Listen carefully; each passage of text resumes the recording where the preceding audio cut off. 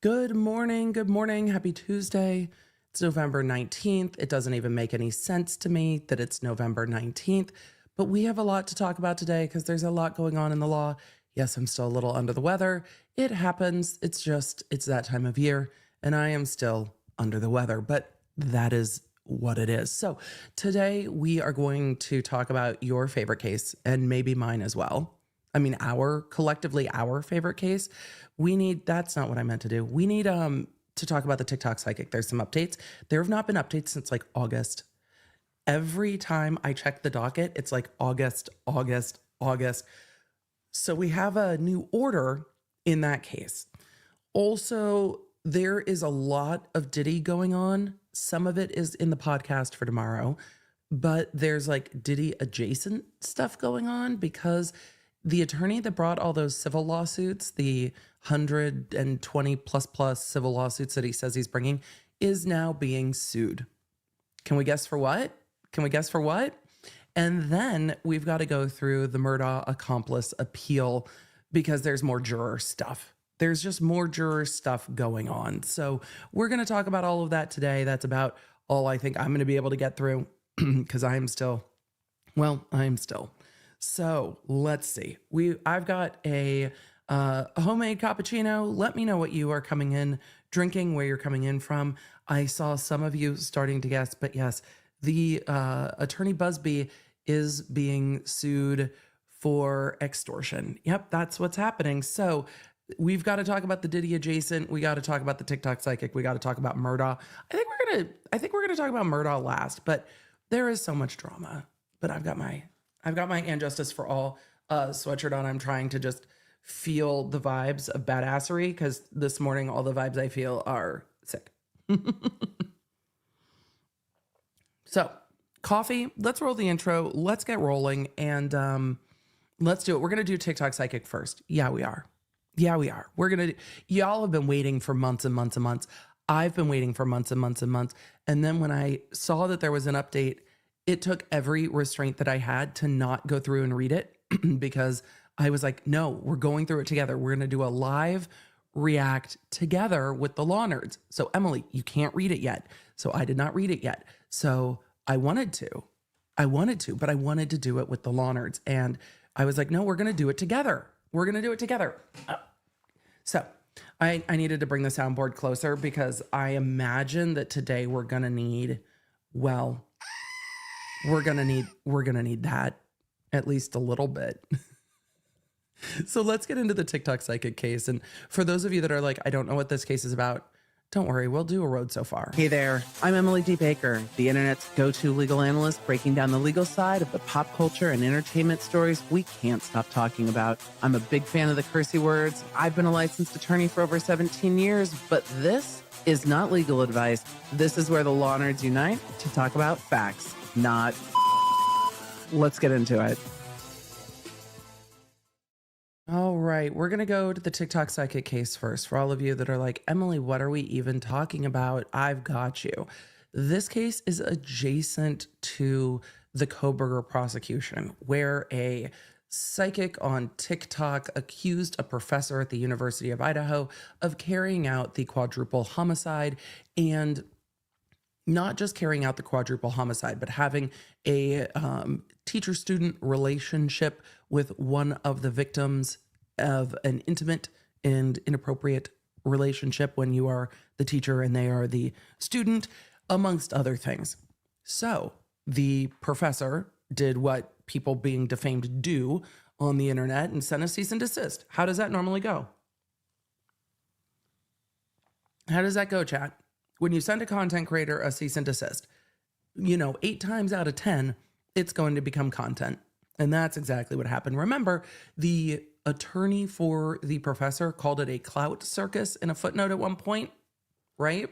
So sent to cease and desist. The cease and desist became content. It became clear that the TikToker, who no longer has a TikTok account, was going to double down. And so the TikToker doubled down and said, more, accusing the professor of murder and violating her ethics as a professor at the university, etc. And then the professor sued. because a cease and desist is a shot across the bow, right? It is a warning, if we do not change course, there is going to be a lawsuit. Sued in federal court. TikToker decided to self-represent. That's been going well. That's been going well. And so the TikToker decided to represent herself in federal court in Idaho and lost a summary judgment motion. So lost the summary judgment motion, which means that the court determined that the defamation did happen or was proven enough that the TikToker could be held liable for it. So the TikToker has now been held liable for defamation. And now there's going to be a trial just on damages. So just on damages. How much do you owe over this thing? The TikToker has been backpedaling as fast as possible. And again, this has so many more bobs and weaves. I mean, more than the Tyson Jake Paul fight for sure than that, because the TikToker missed the initial deadline to respond. And then there was a default enter, and then the default was reined back in, and the judge gave the TikToker another chance. And then there were oral arguments on several motions, and the judge extended grace and patience and no fines yet. And the judge has been exceedingly patient. I've attended all those hearings via audio and have covered those here on the playlist for this case. If we have one, I think we do. So the judge has been exceedingly patient, and now the TikToker has been found liable, which means the question of did defamation happen is moot. It's done. It's been found based on summary judgment motion. And now the TikToker is kicking and fighting via motion or meltdown to try to get another judge. So the TikToker filed 2 motions to try to get this case reassigned to a different judge after the ruling on the summary judgment motion.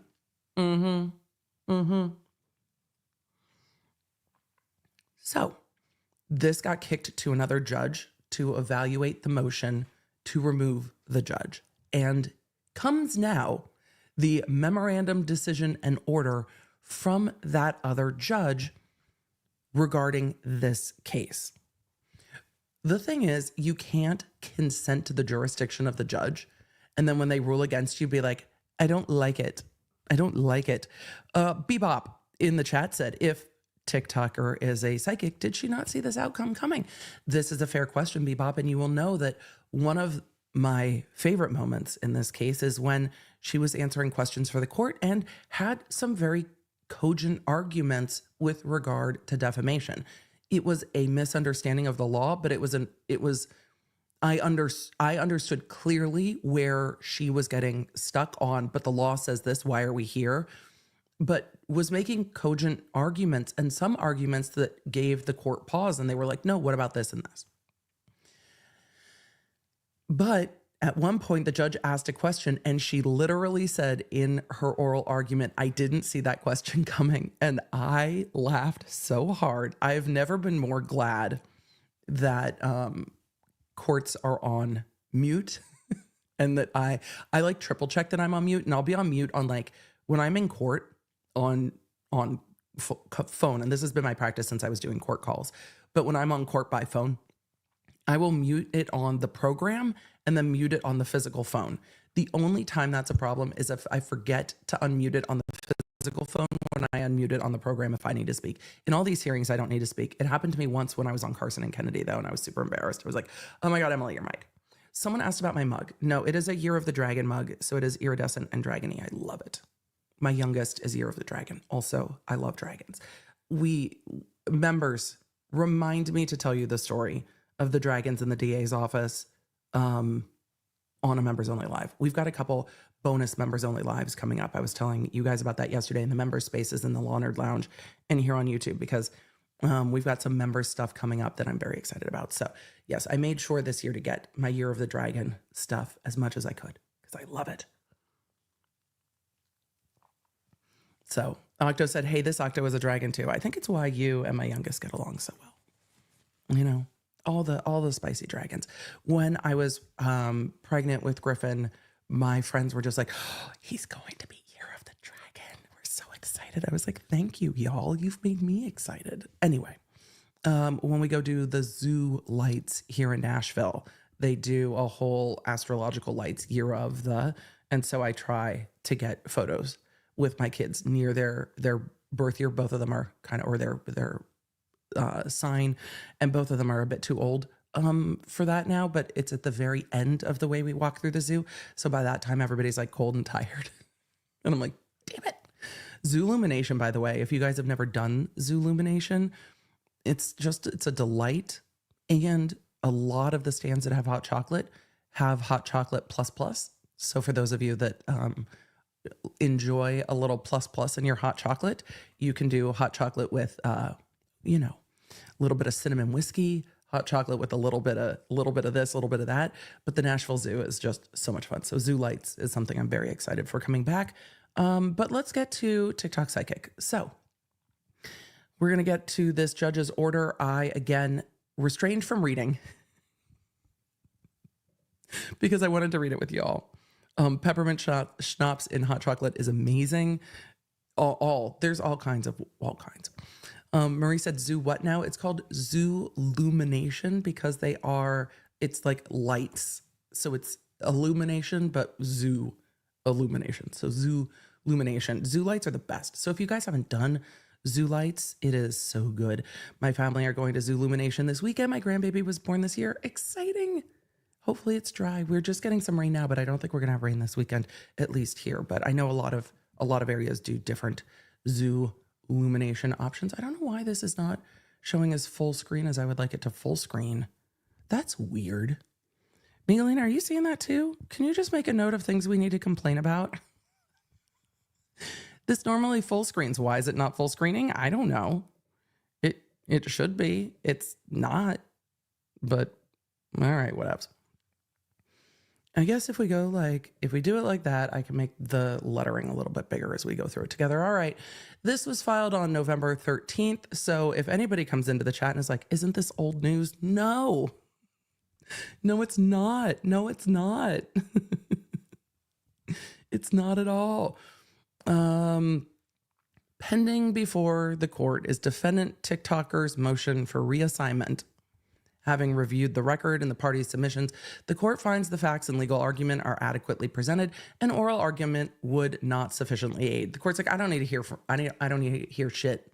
I don't need to hear shit from any of you. Don't talk to me. So this is the court saying, I get it. So let's see. Court finds the facts and legal argument adequately presented. I don't need to hear from you. For the reasons stated below, the court denies. I miss it. I like it when the court puts it in all caps. Don't you? Like, I know I say not all caps for some things, but in an order, I like it. I like all caps. Lee said, I'm a gold monkey. I don't even know what that means, but I'm here for it. Sounds fancy. Love it. Memorandum of decision and order. First of all, how dare you? Thank you, Lyndon. Yes. First of all, what? Background. This case arises out of the tragic murder of 4 University of Idaho students in Moscow, Idaho. Following the murders, TikToker, and if any of you are new to this case and are like, why are we calling TikToker? I have mixed feelings about people's infamy over like their behavior. So this case has very much stuck to the TikToker and the professor. I also think the professor probably doesn't need their name associated with this case more and more on the internet through no fault of their own. And that's really frustrating for the professor because this will always be associated. So that. TikToker posted videos on social media alleging based on her clairvoyant abilities that plaintiff professor had a romantic relationship with one of the students and was involved in the murders. And I will interchange the way I refer to the relationship. I refer to it as an inappropriate relationship because, again, when you are a university professor, it is outside of the boundaries of your job to have a romantic relationship or a sexual relationship with a student. So that is why I refer to it that way, because in all the briefing earlier on, it went through the defamation statute and then it went through all the code of conducts for the professor. And part of the defamation standard for defamation per se is accusing someone of a felony crime, murder counts, but also accusing somebody of, I don't know the exact language of it, but impropriety within their work. That's not the exact wording of it, but it is within how they comport their job. So that. I'm going to have to look up what the different metals going to the lunar signs are, because I do not know. You guys know all the things. I'm going to have to look it up. You guys are great. Chat, Bay. So, alleging that Professor had a romantic relationship with one of the students and was involved in the murders, in fact, hired them and helped carry them out. After TikToker refused to cease and desist posting information about Professor filed this defamation case. Very succinct, Your Honor, but you missed all the clout circus of it all. The clerk of court, why is it so hard to say? The clerk of court randomly assigned this case to a magistrate judge. After TikToker appeared, the parties were notified in accordance. This was after like the default and everything. Were notified in accordance with the District of Idaho General Order that a magistrate judge had been assigned to conduct all proceedings in the case, including any trial and entry of final judgment if the parties consented, because there are different tiers of judges. Therefore, both parties filed written consents to the magistrate judge conducting all proceedings. As the case proceeded, the magistrate judge ruled on numerous matters. For example, because TikToker initially failed to timely respond to plaintiff's complaint, to Professor's complaint, the clerk of court entered a default against TikToker. After TikToker responded and Professor moved for a default judgment, the judge granted TikToker's motion to set aside the entry of default and gave her an additional 21 days to respond. I thought it was eminently patient. Gave her time to respond to the complaint. Thereafter, the judge, I'm going to just keep saying judge instead of magistrate judge, the judge ruled on several other motions, including Professor's motions to dismiss the counterclaims, to quash the summons to Professor's counsel. Yes, remember, TikToker tried to sue the Professor's attorneys and said that they were defaming her by filing a lawsuit. Your Honor, they totally defamed me by saying that I defamed them. Those motions were a trip. Quash the subpoena and for sanctions. Eventually, Professor moved for a partial summary judgment and for leave to file a claim for punitive damages. After hearing oral argument, the judge found that TikToker had defamed Professor and granted the motion for partial summary judgment. Emily, why is it partial? Because it will go to trial on the matter of damages, meaning the entire case is not resolved, but the issue of liability is resolved. Further, the magistrate judge ruled that Professor had established a reasonable likelihood of proving by clear and convincing evidence, which is a lower standard, that TikToker's conduct supported punitive damages. Is this the type of like outrageous, persistent, ongoing conduct that is unlikely to end without a more stringent sanction, the punishment damages? In response to the judge's decision, TikToker filed a request for reassignment to a U.S. district judge, which is a form posted the shade, which is a form posted on the court's website. So then she started scouring the website, right? Started scouring the website. Rachel Mills asked if this is like InfoWars.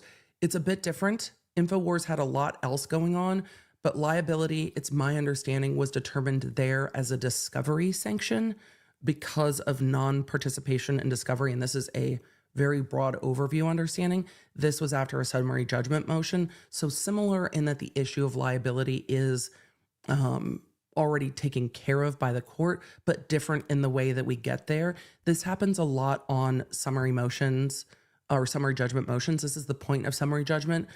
Oftentimes you'll see summary judgment really narrow down the scope, and it can be very effective in like business to business civil litigation where there's no question really of law. No, that's not true. Where there aren't really questions of facts. And so the judge can decide as a matter of law that liability has been met. There isn't a question of facts here. And that's what the court said. The court said, fact is, you said all of this on TikTok. Do you have any evidence that this is true? No. Oh, based on your clairvoyant abilities. But anything else? No? Okay. So in court, that's not going to fly. So, and again, I love a psychic. I love a tarot card reader. I love all of it. What you can't do is accuse people of murder based on that, right? Unless you have something else like an arrest or what have you. This is why I stick to court documents, man. What does the court document say? And then is that going to be proven in court? What I love about court is that there's process. Like when there's just stuff that happens in the world, there's not process like this. In court, there's going to be a thing said, and then there's going to be a response to it, and then there's going to be a reply to that, and then the judge is going to decide. I love that process. Everybody's going to be heard from. We've heard all sides. Love it. Love it. Love the process. So, in response to the magistrate judge's decision, which she clearly did not like, she used the request for reassignment form from the website, a document that requests a reference to the magistrate judge be vacated and the case be reassigned to a district judge. At the same time, TikToker also filed a motion under Rule 59E of the FRCP to alter or amend the judgment. Specifically, TikToker requests the court reverse the magistrate judge's ruling and granting the partial summary judgment. So not only does the TikToker want it to go to a different judge, it's like go to a different judge and overturn the ruling. We want you to hear this case again and overturn the ruling. The thing that TikToker has been hung up on is damages. Your Honor, she hasn't shown adequate damages.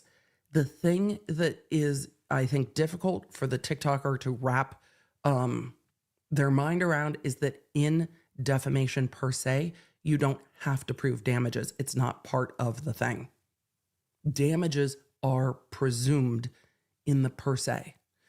There are some things that the law presumes are so damaging to reputation, you don't have to show monetary damages. You don't have to show you got fired, for example. You don't have to show that you had to get security on your house because people were coming after you or something like that, some type of monetary damage. You don't have to show that. It's presumed. So with it being presumed, it doesn't have to be proven. And I think that's where, at least I've seen a lot of the round and round and round in this case with the TikToker being, but Your Honor, but Your Honor, but Your Honor.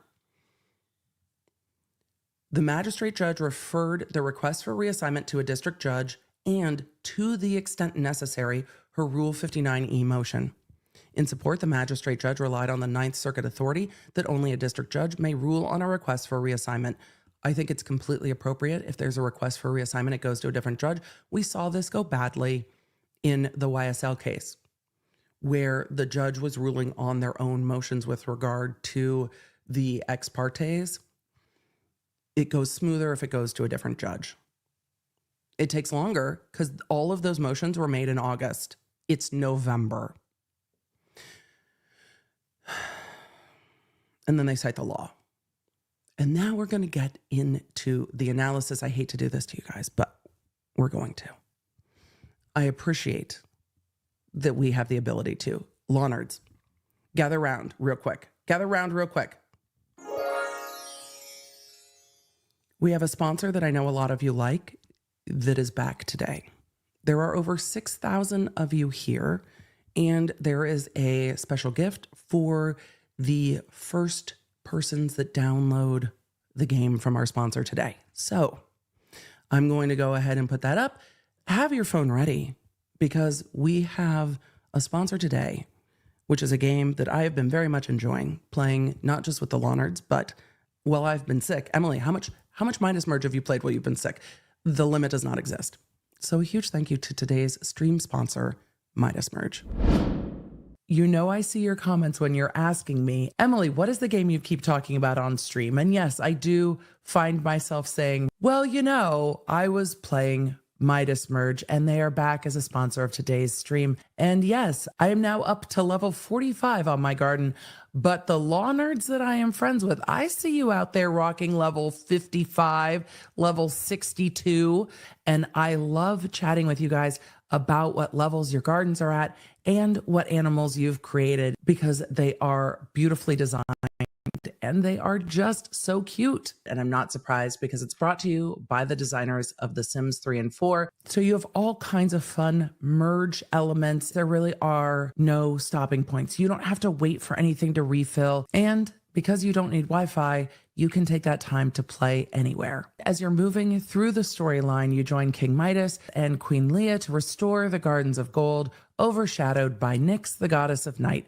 And you can uncover all the mystery in the story by merging Sunburst to illuminate the garden and release its cute creatures. Midas Merge is free to download and on iOS and Android. If you're among the first 100 to download using our QR code or link down below, you will receive a custom Mox Fox that I named Lawnard Love just for you. You will get an inbox message in just a few days. So make sure that you download Midas Merge now and join me and your fellow Lawnards in the fun. All right, I'm going to get back to playing and we should get back to the stream. I love that in the chat, B2 is like, I have tips and tricks. I do not doubt that for a moment because B2 is absolutely crushing Midas Merge. And for the members, I will put up a post if you guys want to friend code each other in our member spaces so that you can play with friends. But again, it is a simple merge game that I very much enjoy. And yes, there are, for our Lawnards that have mentioned the gambling aspect in it, there is a slot machine aspect to it. You don't have to pay to play that, but it is a functional part of the game. So for anybody who doesn't love that aspect of it, just know that that exists, but it is a merge game. I very much enjoy that you don't hit roadblocks, so you don't have to like wait for things to refill. Because when I sit down and have time to play, I want to play then. And if I have more time to play, I want to play. And if I have less time to play, then I don't. But I set a timer now when I play Midas Merge, just to be 100% transparent. I do set a timer because I will just, there are no roadblocks, which also means there are no roadblocks. So thank you, Midas Merge. It's a lot of fun. So if you guys like simple merge games and lovely design, it is for you. So Nishay, I have not gotten into this yet, but it's coming. It's coming. So again, our stream sponsors allow us to keep everything moving over here on Team Baker, no matter what. Hey, Emily, are you glad you're not a Twitch streamer? Yes, but we can talk about that on Members Only Live too. Do we need to get back to this topic? Yeah, we probably should. Let's get back to TikTok Psychic. Things that are going to be real expensive for 500, Alex. This lawsuit. Here's the thing that's so frustrating to me, and I come into a lot of lawsuits with like, hey, you guys, let's see what happens. I have very strong feelings about this lawsuit. You guys know that I do. I have not hidden that from the beginning of this lawsuit. I think my personal feelings on this are fairly strong, and I have not tried, and I never try to hide that from you, because I think a lot of us are on the same page.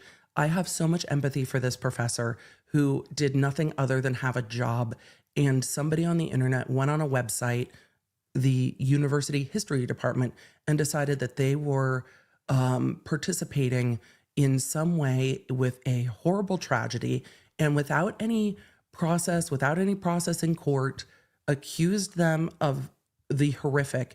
All of the international media picked it up. And then the internet, everyone stopped covering it. Are there 3 people still covering it? Nobody is going to see at the end of the day that it was all defamatory, because that's not getting covered. The news cycle moves on. This has been going on for almost 2 years now. So I have a ton of frustration for the professor, because how do you stop somebody who is defaming you, who feels like they have nothing left to lose? And they're going to keep doing it. The TikTokers representing themselves, the professor's paying for their attorney. At the end of the day, and here's what's so frustrating to me, at the end of the day, what happens when the professor wins? They've already won liability. What happens when they win a judgment? Then here's what practically happens. Then they start an entirely separate collection action, paying their lawyers to go collect the money. And what happens if the TikToker continues to defame them? They try to collect different money. What do you do when somebody is like, IDGAF and there's nothing to take. I have nothing to take. What do you do if you're the professor to make it stop? TikTok took her off the platform. Fine. I think she still has an active YouTube channel. I will not direct any of you there because do not give the person views. Which is also something I will very rarely say. But what do you do when you're the professor to make it stop? You can't go scrub Google. You hope maybe that they update the stories and that the people in your immediate circle know that this isn't true, because I'm sure they know. But even if you win, it's like in the Cardi B defamation suit. Even if you win, then you have to go do a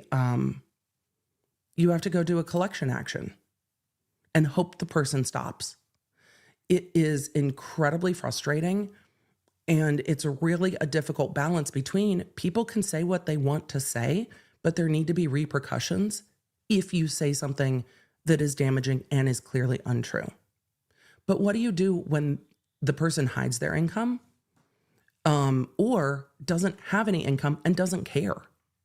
How do you stop it then? And that is a difficult balance because there's only so much civil law can do.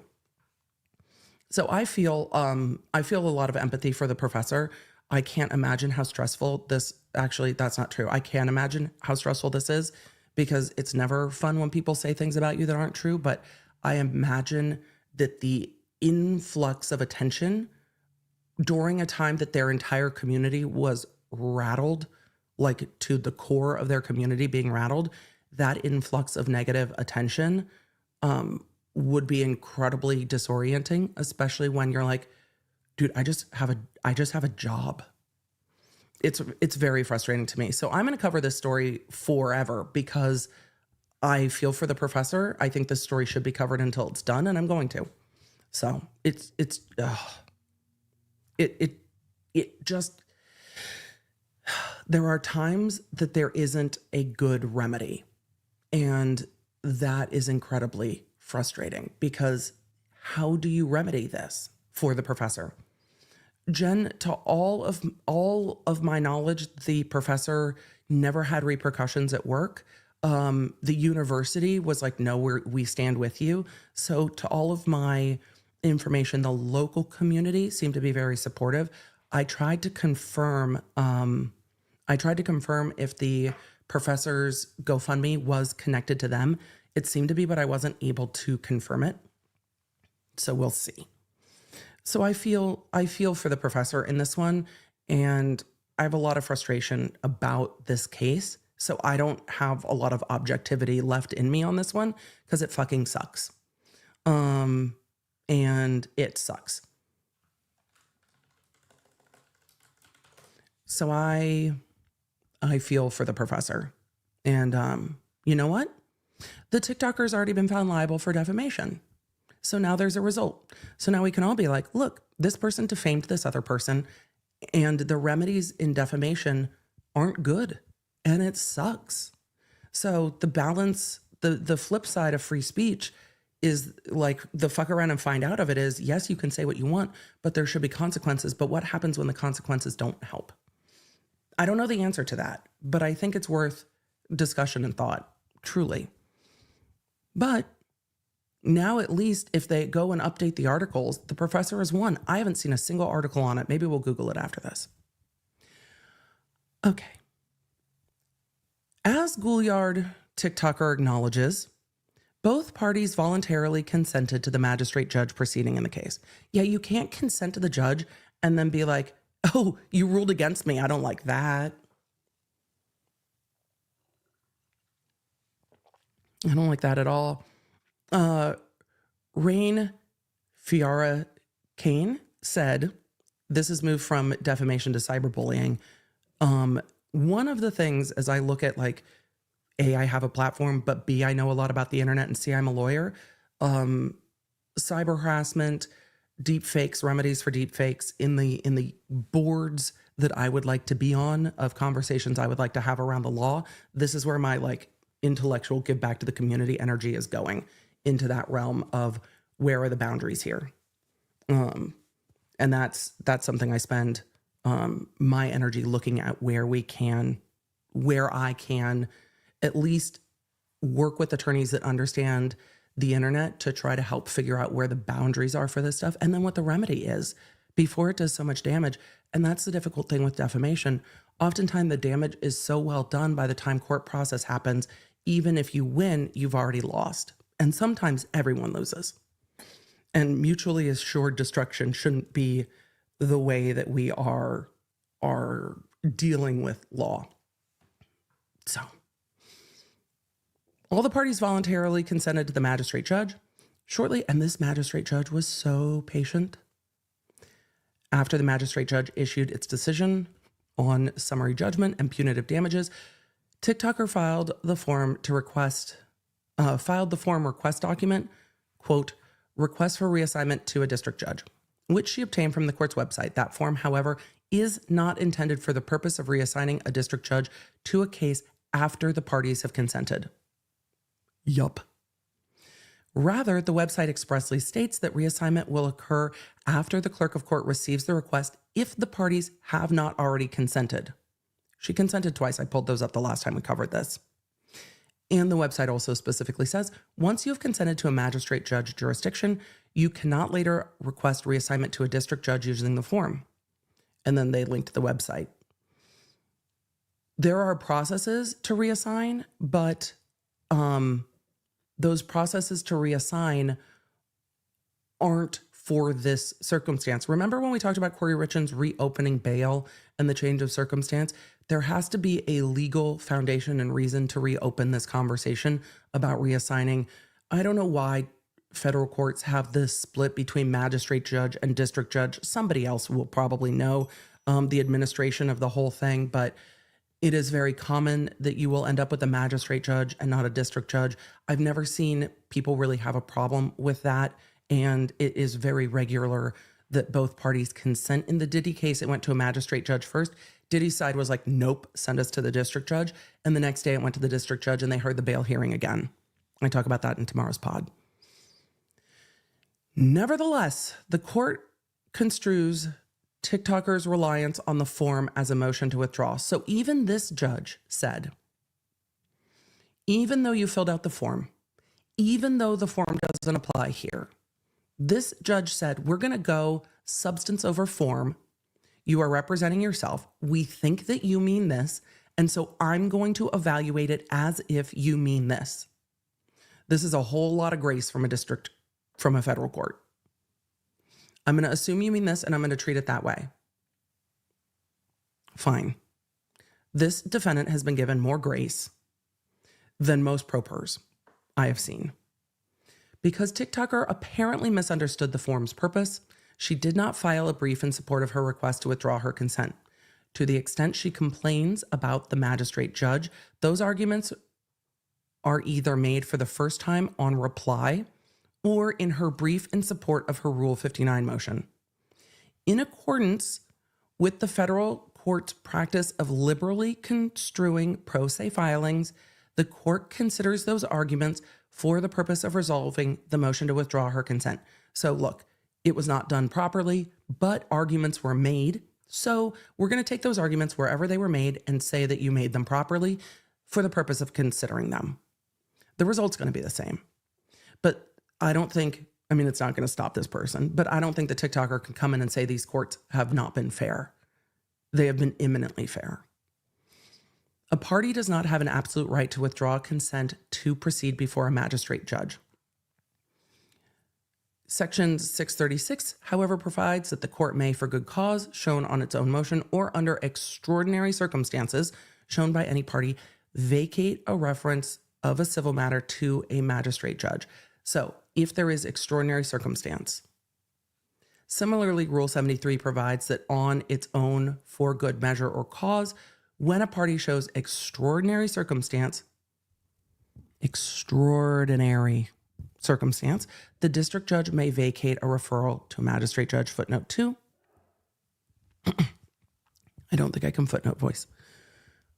Although both the statute and rule mention reference or referral to the magistrate judge, neither party challenges the application of this authority for purposes of determining whether a party may withdraw their voluntary consent to a magistrate judge. And then they cite Ninth Circuit authority.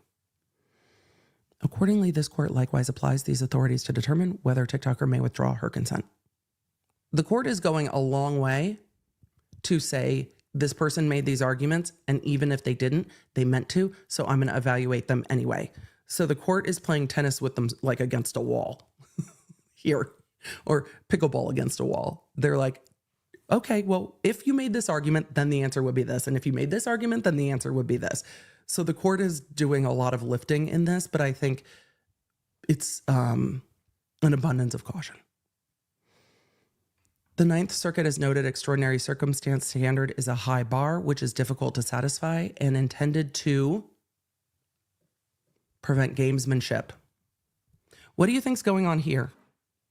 What do you think the thought process is of TikToker when the judge said, no, you're liable for defamation? I think the thought process was the TikToker going, I got to get rid of this judge. This judge is unfair. This judge doesn't like me. This judge fill in the blank. What is that if not gamesmanship and trying to game the system? I don't know. I think it's exactly that. The TikToker was like, I don't like that ruling. I'm going to go ask a different judge. They're all going to come to the same ruling though. All right. Cheers. Cappuccino. We're caffeinated. We're not hydrated. We're somewhat medicated. We're going to keep going. So the attempt is to prevent gamesmanship. Neither mere dissatisfaction can't get no. Because I can't sing. There's no way I can even try to sing Hamilton today. But it's also in my brain. Neither mere dissatisfaction with the magistrate judge's decision nor unadorned accusations. Isn't that a great way to say it? These are unadorned accusations. My Christmas tree last year.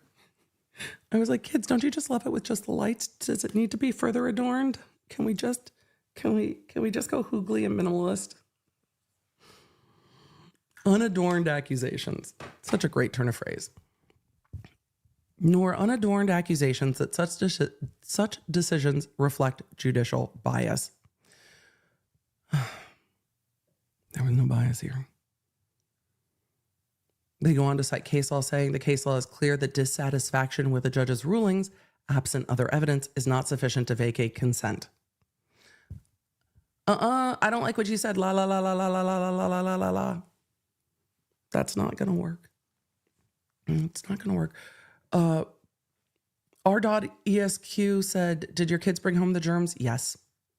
Yes, they did. It does not get better because it was Bandtober and all the band kids had the band ick. It's also been changing weather. So here's what I suspect happened, and then we'll get back to this. Travis brought home something delightful and I got sick. And then Griffin brought home something else. And so I was feeling better and then I got sick again.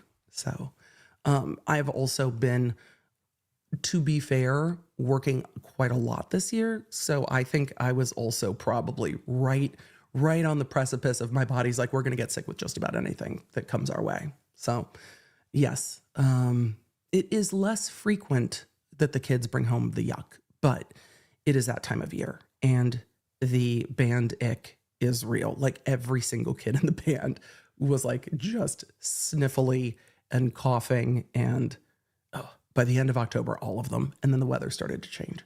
But they're still in playoffs, but they're not doing halftime shows so they can actually stay warm during playoffs. And then again, my kid is the one who's like, oh, I can give you my jacket.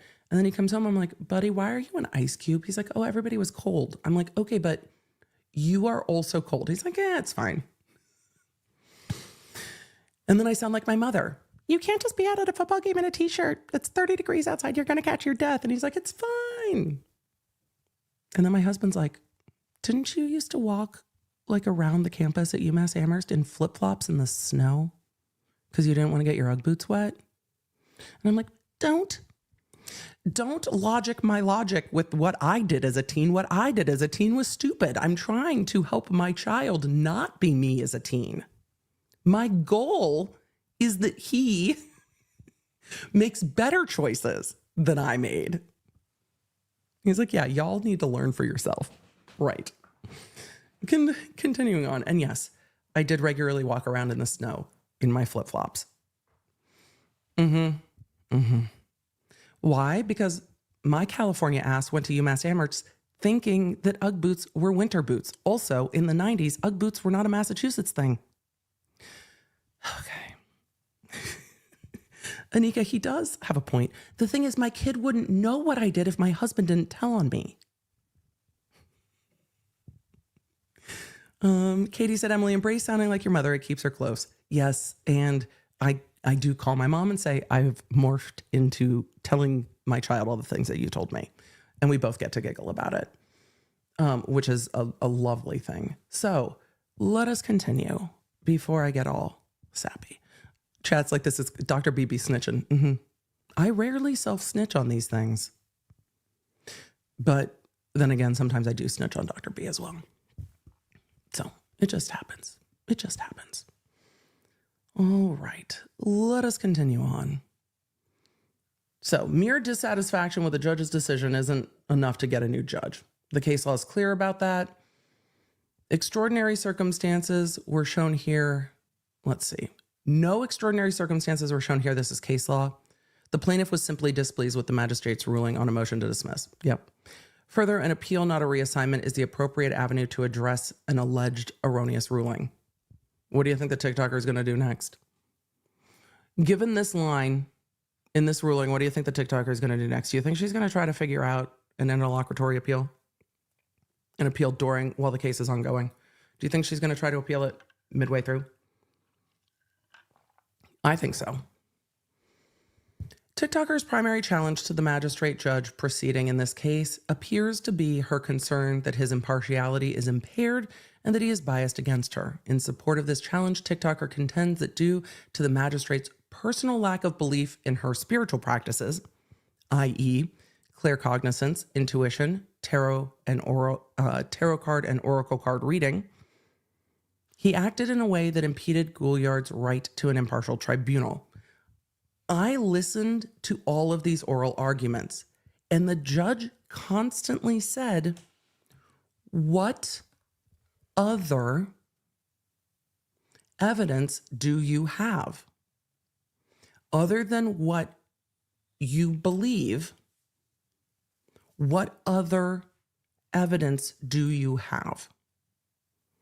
And that is something that frustrated the TikToker repeatedly, because she's like, I did a tarot reading. He's like, I understand. What other evidence? And he was looking for anything. Like anything. Miguelina, I've seen a couple people asking about Midas Merge. Can we pin that link in the chat real quick so it's easy for people as they're coming in asking about it? Thank you. And the judge said it repeatedly and kindly. Like, no, I understand that you're saying A, B, C, D, and that your spirit guides said whatever, but what I need something else that can be cross-examined. Because I said so doesn't work in federal court or any court. Thank you, Miguelina.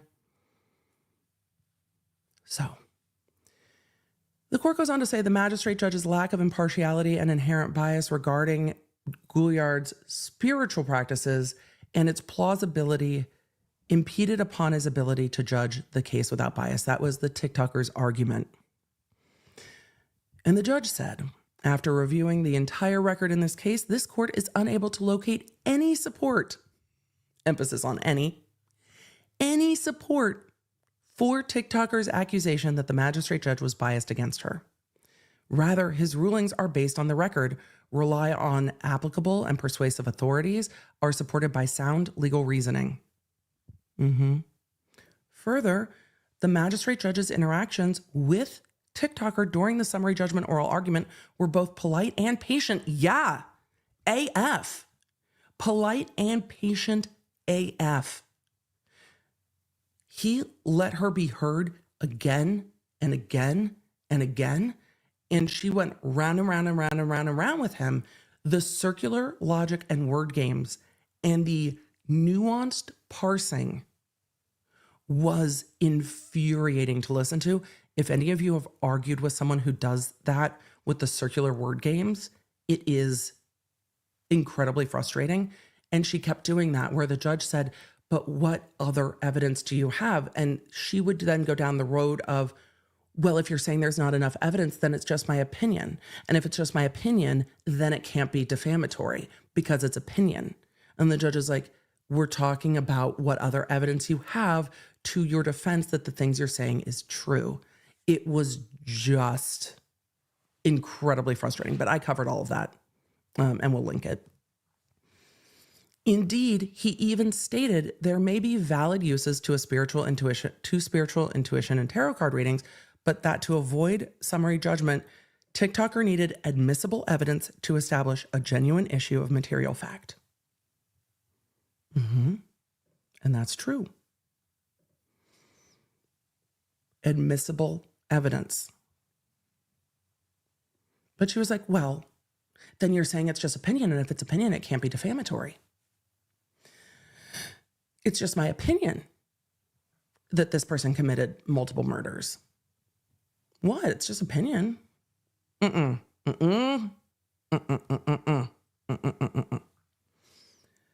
Miriam in the chat asked, is there a video of the defamation trial? No, this is federal court. There hasn't been a trial. There was a summary judgment motion. I listened in on the oral argument, took copious notes, and then reiterated a play-by-play for you on live.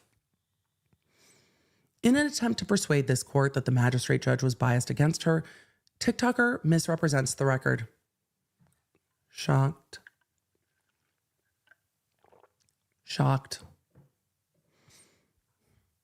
For example, she asserts the magistrate judge's inability to be impartial is exemplified by his continuously mocking and ill statements about her spiritual beliefs and practices. She did say that. He didn't do that. This is why I listened to the hearings. TikToker, however, fails to cite any support in the record for this accusation, and as stated above, the court has been unable to locate any indication in the record that the magistrate judge exhibited any bias. Even his voice was completely neutral and calm. There was not a hint of frustration. It was, you know, when people get spun out, there are many that's response to that is to just get calmer, to try to calm down the situation. And so as TikToker was getting much more frustrated in this oral argument, the judge kept getting just calmer and calmer and calmer. And was like, I understand what you're saying, but what I'm asking for is this. And then the judge would explain the logic. I need evidence that's admissible, that can be cross-examined. And so the judge was incredibly patient. Further, TikToker states that the magistrate judge made specific statements demeaning her spiritual beliefs and practices, calling them baseless, delusional, fanciful, lacking common sense, and implausible. To the extent the magistrate judge used these terms, however, he was directly quoting Supreme Court authority on Rule 12b-6 standard for dismissal of frivolous claims. The magistrate judge was not characterizing and did not characterize TikToker's beliefs and practices using this language as TikToker misrepresents. The judge quoted a case that said that you cannot rely on baseless, delusional, fanciful, implausible, or claims that lack common sense, or allegations that lack common sense. Moreover, as the professor notes, the magistrate judge has not ruled against TikToker in every instance. That's completely accurate, far from the case. Rather, this judge has frequently ruled in her favor. Facts. This judge has gone above and beyond to rule in her favor more than if she had an attorney. Because at the end of the day, whatever happens, the TikToker can't say this judge was unfair. This judge was beyond fair. This judge, I think, had to warm up to stretch to be, I think, more fair to the TikToker, which ended up yes, sure, which ended up increasing cost for the professor. If a lawyer, well, that default might have been set aside either way, but the default getting set aside means extra motions for the professor. Every time the judge has ruled in TikToker's favor, it's more things the professor has to do. So it actually has extended the litigation to give the pro per or pro se defendant every opportunity. Monuments of speculation. No, the TikToker knows what they're doing. It's a choice. It's a choice. So the court goes on to say the judge has frequently ruled in TikToker's favor, for example, setting aside the entry of default, further denied professor's request for attorney's fees, denied the motion for sanctions, which made me kind of mad. I was like, do it. Do it. And sua sponte granted additional time to respond to the request for admissions. The judge gave the TikToker more time and told the TikToker, if you do not respond to discovery, then it is a problem. Mira, we're going to talk more Kohberger on Thursday. I wanted to do this first. So yes, there are more Kohberger motions. We'll do it. We'll do it Thursday. TikToker's other arguments in support of withdrawing her consent are that the magistrate judge's rulings are erroneous and that reassignment is necessary to prevent an unnecessary appeal to the Ninth Circuit. I mean, go ahead, girl. Good luck. The Ninth Circuit is super forgiving, friendly, and patient. Erroneous rulings, however, do not constitute extraordinary circumstances warranting reassignment. They warrant appeal. If TikToker disagrees with the judge's rulings, the proper method to challenge them is by appealing. Have fun, Ninth Circuit. Oh, but if the Ninth Circuit arguments are broadcast, wouldn't that be something? Yeah, go appeal it. In summary, TikToker has failed to establish any extraordinary circumstance justifying reassignment. The record does not show that the magistrate judge was biased in any manner towards TikToker. Instead, the timing of TikToker's motion to withdraw her consent and her Rule 59E motion, filed shortly after the magistrate granted the partial summary judgment and leave to assert punitive damages, indicates the real motivation is to avoid the judge's rulings. Ding, ding, ding, ding. The court does not condone TikToker's unsupported disparagement of the magistrate judge to obtain a new judge. Girl, you in danger. Because the court denies the motion to withdraw consent, it does not address the Rule 59E motion, which remains pending before the magistrate judge. So now we get to either see a hearing on the Rule 59E motion, or the judge will just do a written order on the Rule 59E motion. I will be keeping an eye on the docket to see what happens. So in sum, this is a quick summary. In sum, the TikTok psychic fucked around and found out. After having the court determine that she was liable for defamation against the University of Idaho professor, she tried to have the judge reassigned by, as the judge reviewing this matter said, misrepresenting the record. And it was not well taken that the record was being misrepresented to try to show that the judge was biased against her when he clearly was not. This matter will go back to the judge that it's been heard before, and the court reminded the TikToker multiple times in this motion, if she does not like the ruling on the motion for summary judgment, then she can appeal it. But otherwise, this case keeps moving forward. Do you think we're going to see an appeal in this case? Maybe. Maybe. Appellate law is incredibly specific, so pro se appellate work is going to be very interesting, but we're in this one till it's done. We're in this one till it's done. But for now, the state of the TikTok psychic case is she has asked the court to revisit their ruling on the summary judgment, which is going to be denied. She may try to appeal this ruling, and that's not going to go very far. And then this will at some point go to trial on damages, because I don't see the TikTok psychic doing what would probably be best here, which is settling for a fixed amount of damages. It is unlikely to happen. So let us move on to our next story. Witness, not going to happen. It's a civil case. monetary damages are all we can do. And if people can't pay monetary damages, there's not much anyone can do. So, Ms. Tonisha asked the question that everyone in chat keeps asking: how is this even allowed to get this far? Because the court has process. And with the court having process, it is frustrating that things don't just get thrown out, that you don't look at this and go, this is bullshit, throw it out. It has to go through the court process, which can take years. It is a frustrating part of the system, but everything gets heard. And the plaintiff brought it. So TikToker didn't bring a lawsuit, tried to, failed. But the plaintiff brought it, and the plaintiff has the right to have this resolved and say, yes, I was defamed, but it still has to go through the process of a civil lawsuit. And this process actually went much quicker because the professor won that summary judgment motion on liability. So the summary judgment motion being won is really the court saying there is no basis here to a jury to consider. Like, there's no two sides to this. It is what it is. You said what you said, and what you said is defamatory per se. Done. Missy, it's my understanding that if you are gifted another membership or if you re-up your membership, you shouldn't lose your time if it just happened yesterday. And if that does happen, just email our team and we'll see if we can reach out to YouTube. But you should be able to reach out to YouTube chat. That is the best way. And they should be able to reinstate your time. You shouldn't lose it. There's like a buffer period, I think.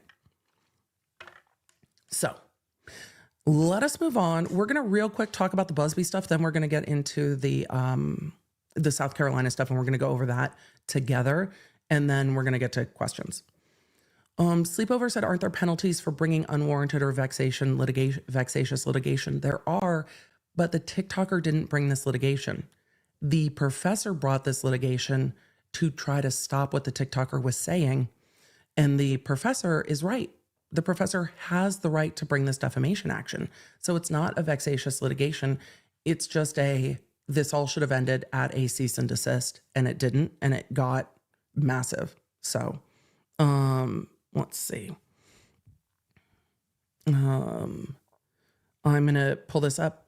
James, thank you. James said there absolutely is a buffer period. I don't know what it is, but I've renewed after expiry. Yeah. It was one of the things when I've talked to the teams about memberships and said, hey,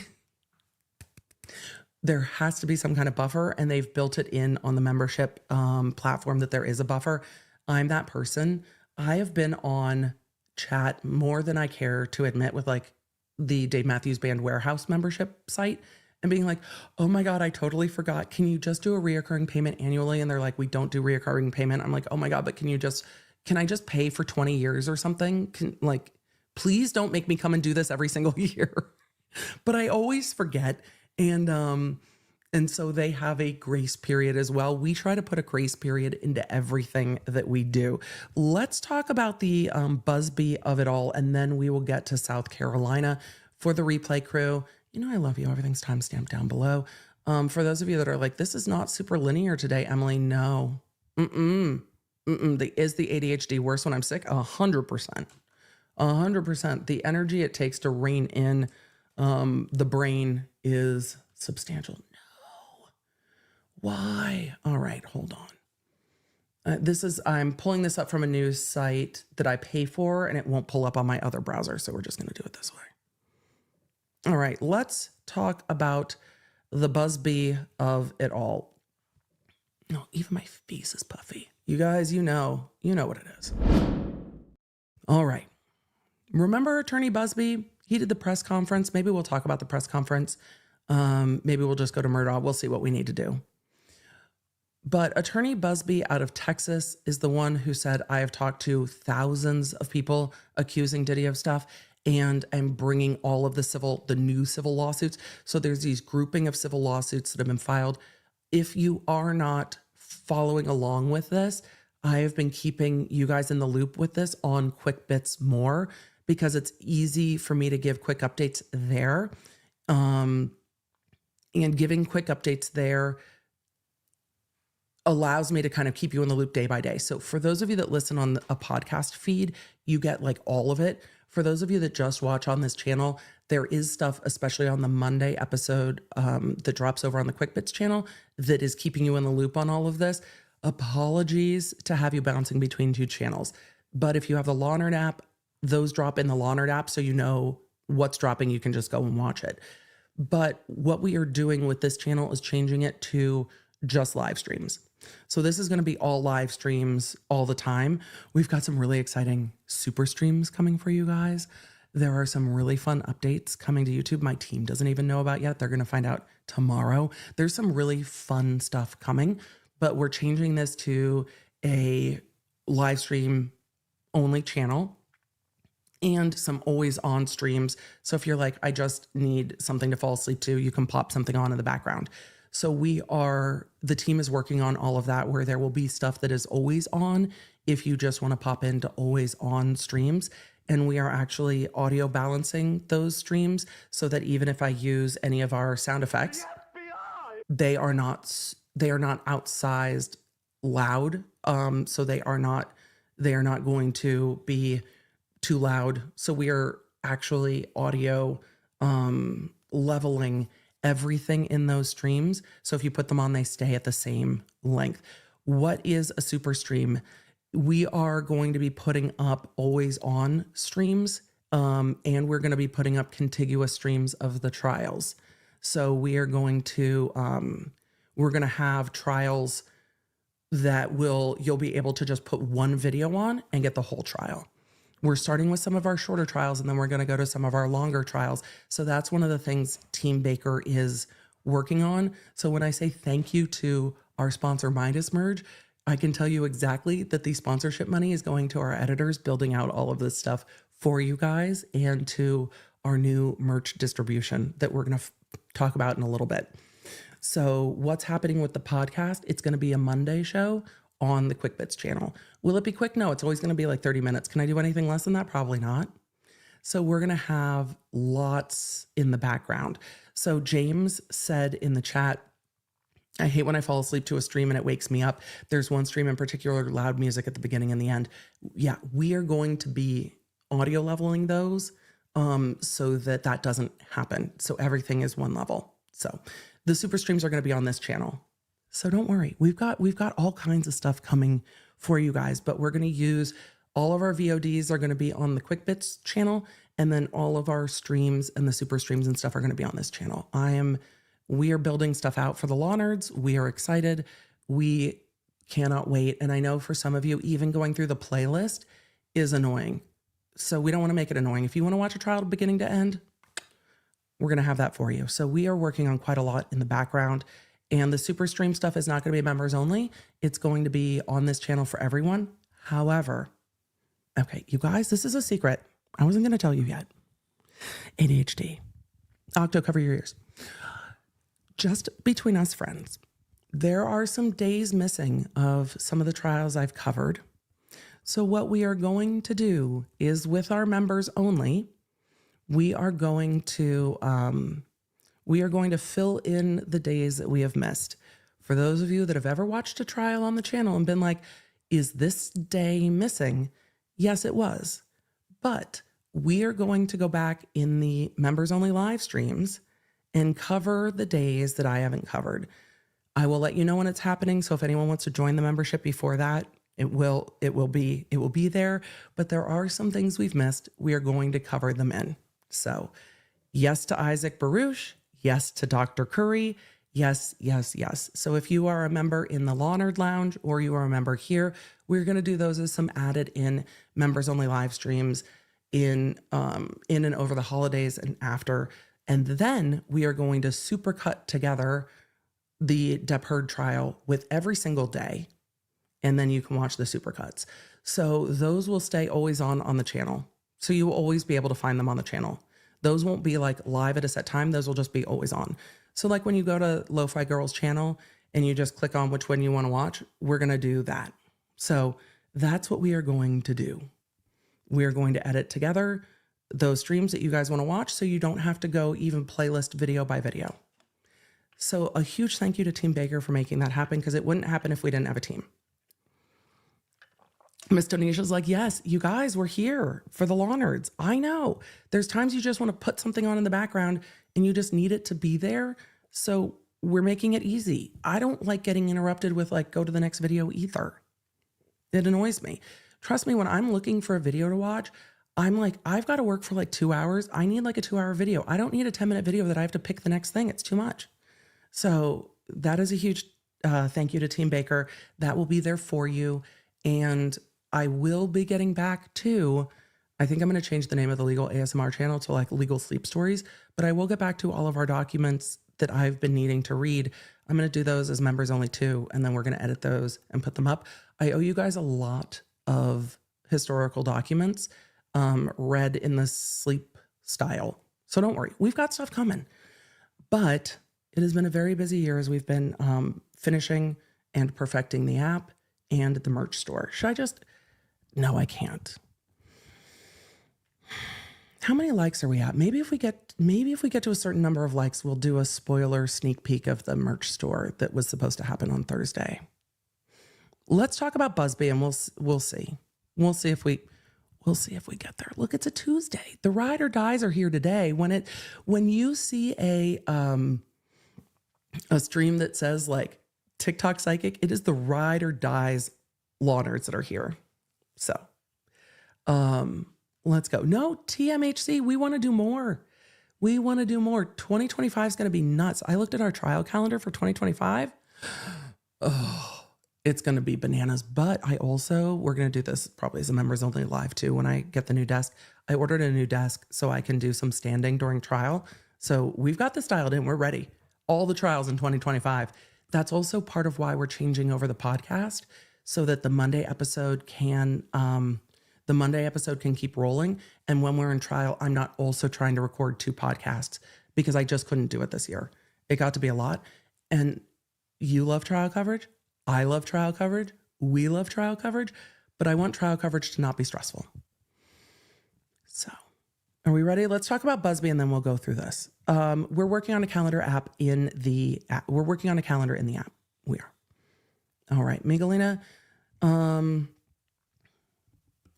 we're good. So let's see. Diddy accusers attorney Busby accused of extorting celebs. I was curious. This is coming from Law360. I was curious if this was going to happen.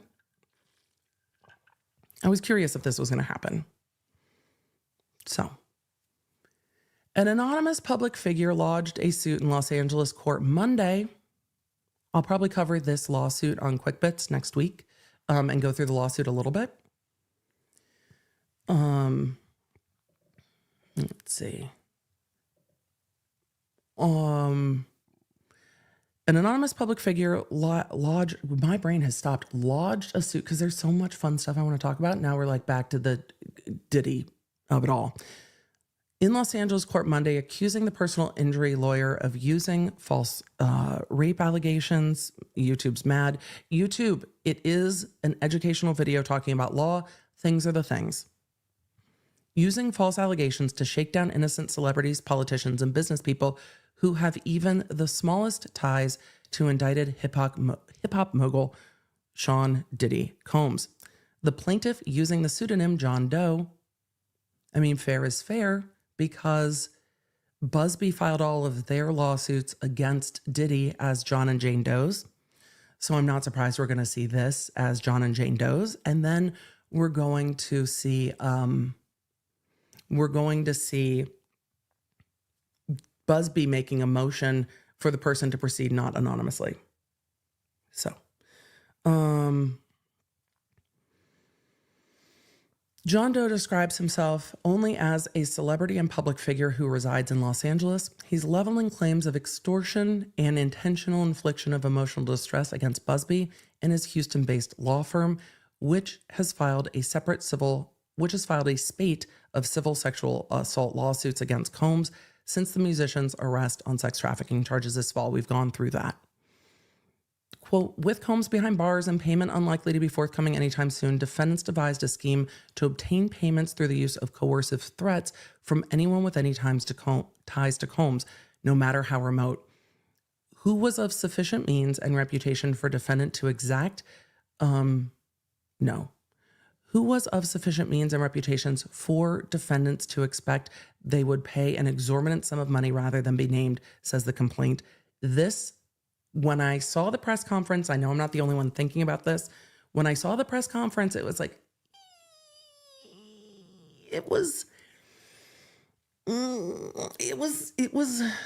there were moments that were rough in that because of what they complain of next. The complaint points to Busby's statements in an October press conference that he would, quote, find the silent accomplices and expose the enablers of Combs, including high-profile individuals with names that will shock you. Busby said he'd refer these individuals to the FBI for criminal investigation. The plaintiff says Busby followed through with his threat in November, sending a settlement demand letter alleging that this person suing assaulted both male and female minors who had been drugged at parties hosted by Combs. These vile allegations are entirely false, the plaintiff says. Well, if they think they're going to stay anonymous, that's probably not going to happen. Plaintiff presently faces, it says, a gun to his head. YouTube. This is a news article about a lawsuit. Plaintiff presently faces a between a rock and a hard place situation, either repeatedly paying an exorbitant sum of money to stop defendants from the wide publication of wildly false allegations of sexual assault that would subject plaintiff to an there's not even a chance that this is happening today. What are we doing, lawyers? Can we not hold on. We're going straight to the dictionary on this one. Because wait, what? My brain doesn't even do that. Opprobrium? Ugh. My brain is angry. Hold on. Here's what I found. No. S word, stop. Opprobrium. Opprobrium. Harsh criticism or censure. The public disgrace arising from someone's shameful conduct. That's actually a perfect word for this. I've never. All right. Law nerds, today's word of the day is opprobrium. Try using it in a sentence. According to the dictionary, it means harsh criticism or censure. Quote, his films and the critical opprobrium they have generated, or the public disgrace arising from someone's shameful conduct. The opprobrium of being closely associated with P. Diddy. A great fucking word. Love it. Love it. So, the wildly false allegations of assault that would subject plaintiff to opprobrium and irreparably harm plaintiff's reputation, family, career, and livelihood, or else face the threat of an untold number of civil suits and financial and personal ruin. The theme of defendant's statements and the correspondence, I wonder if it's attached. Oh, we're going through this all on Monday. And correspondence is the immediate and extensive threat of exposure if plaintiff fails to make a sufficient offer of money. This is textbook extortion. What do you guys think? If someone sends a A-list celebrity, we're assuming they're A-list, an A-list celebrity a letter and says, hey, we have reason to believe you were at these parties. And so we're going to file a lawsuit against you that says this. And if you don't want us to file that lawsuit, then you can pay now. You can settle now because there is room for pre-filing settlement. It happens in a lot of cases. Hey, we've got a lawsuit for this. Do you want to reach a settlement first or do you want us to file the lawsuit? You let me know.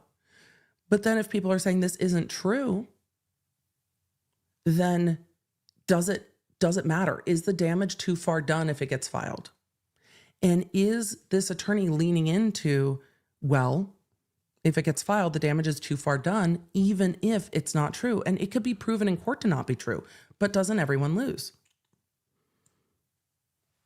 I don't know. It's just, at what point, I don't know. At what point do the people at the white parties, because I'm sure there were people at the white parties that had no idea that the freak-offs were happening. At what point are they like, I was at the parties, I saw people doing a bunch of Hollywood stuff, like drugs and whatever, but I didn't see minors. I didn't see all of this stuff. I didn't think people were there. I talked about this on the Vile Files. I didn't think people were there against their will. So where's the line? Where is the boundary? And is this a threat? Or is this pre-filing negotiation? There is a fine line here. Are they treading over it? The complaint alleges that Busby's conduct is in line with a clear playbook the lawyer has purportedly used to exact settlements from high-profile individuals in the past. Citing Busby's assault suit against Chris Brown, well, depends who the plaintiff was in that case, and sexual misconduct claims against NFL players McManus and Watson, the FBI opened an extortion investigation over the claims against Watson, the suit alleges. Really? That's not good. Busby is this isn't going to be good. Busby is further accused in the lawsuit of having used unscrupulous litigation tactics during his career, including improperly paying off witnesses. That's not good. And submitting false pleadings. He also used his connections to local prosecutors to evade charges for drunk driving in 2016 and took advantage of his favorable relationship with U.S. District Judge Samuel Kent, who later went to prison for sexual assault during litigation over a BP PLC refinery explosion in 2006, according to the complaint. Oh, these lawyers are like, oh, you want some tea? Here it is, served scorching fucking hot. Scorching hot. I still have to share with you guys the tea that Simply Nailogical collabed with David's tea. It's so good. I am becoming more and more of a tea drinker, but this tea is fucking scorching. Busby released a settlement Monday saying the lawsuit is not only without legal merit, it is laughable. His attorney said his letter to the plaintiff was a standard request for confidential mediation and contained no threats or monetary demand. I think we're going to have to judge for ourselves. It is obvious that the frivolous lawsuit filed against my firm is an aggressive attempt to intimidate and silence me and ultimately my clients. That effort is grossly miscalculated, or is a gross miscalculation. I am a U.S. Marine. I won't be silenced or intimidated. Neither will my clients. He's like, come at me, bro. This is going to be a mess. The thing with all these civil lawsuits is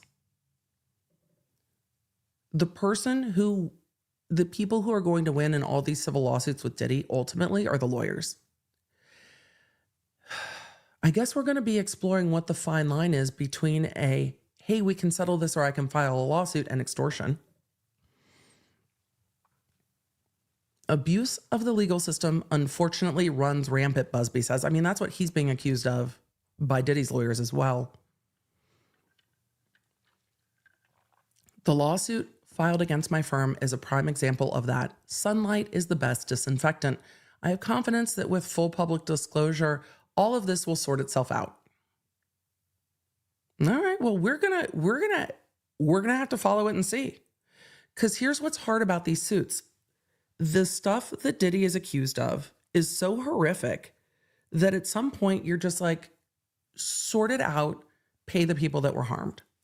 The problem is when there are fleets of lawsuits, you can end up with people who are righteously harmed and people who were not harmed. And so you can end up with a mixed bag of allegations. So I think we're just going to have to pay close attention and ask the questions about where the line is between extortion and, pre-litigation mediation. Brandon, I saw your thank you. Nightbot gets very cranky about the all caps because it's very hard for me to read. But I think there's room to have the conversation. If we take Diddy out of it and we take the conversation around Diddy out of it, I'm interested in what this plaintiff's lawsuit says. I'm interested in the letter that was sent. And I think it's a I think it's ripe for conversation about where those boundaries are, and there's room to have a conversation around when does asking people to pay and I won't expose you cross over that line of valid negotiation based on true accounts, or based on, well, somebody says a thing, we can file it, it's going to destroy you. Even if you win down the road, it's still going to destroy your reputation, right? And the chat, of course, because chat is wise, Zoe B said, Michael Avenatti 2.0. How did that work out for Avenatti? He's serving 19 years. Yeah, for trying to extort Nike. So there's got to be a boundary here. And I think we're going to find out what that boundary is. And I think that whenever you have a large criminal case like this, I guess I'm not surprised at the fallout, but also the people who know what they did. And they know that the feds have those videos. So we'll see. All right, we need to go talk about, no, Megalina, I'm going to do this one in quick bits. So I'm going to pull up this lawsuit for quick bits. It seems like you guys are interested in that conversation. I think it's worth having a conversation. We're going to go talk about Murdaugh. But do you guys want a sneak peek of like the vibe of the new Lawnard shop? Should we do that real quick and then go to Murdaugh? Just a real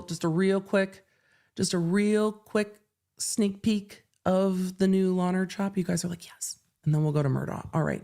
Let me make sure I have our Murdaugh documents pulled up, and we will go to that ruling in just a moment.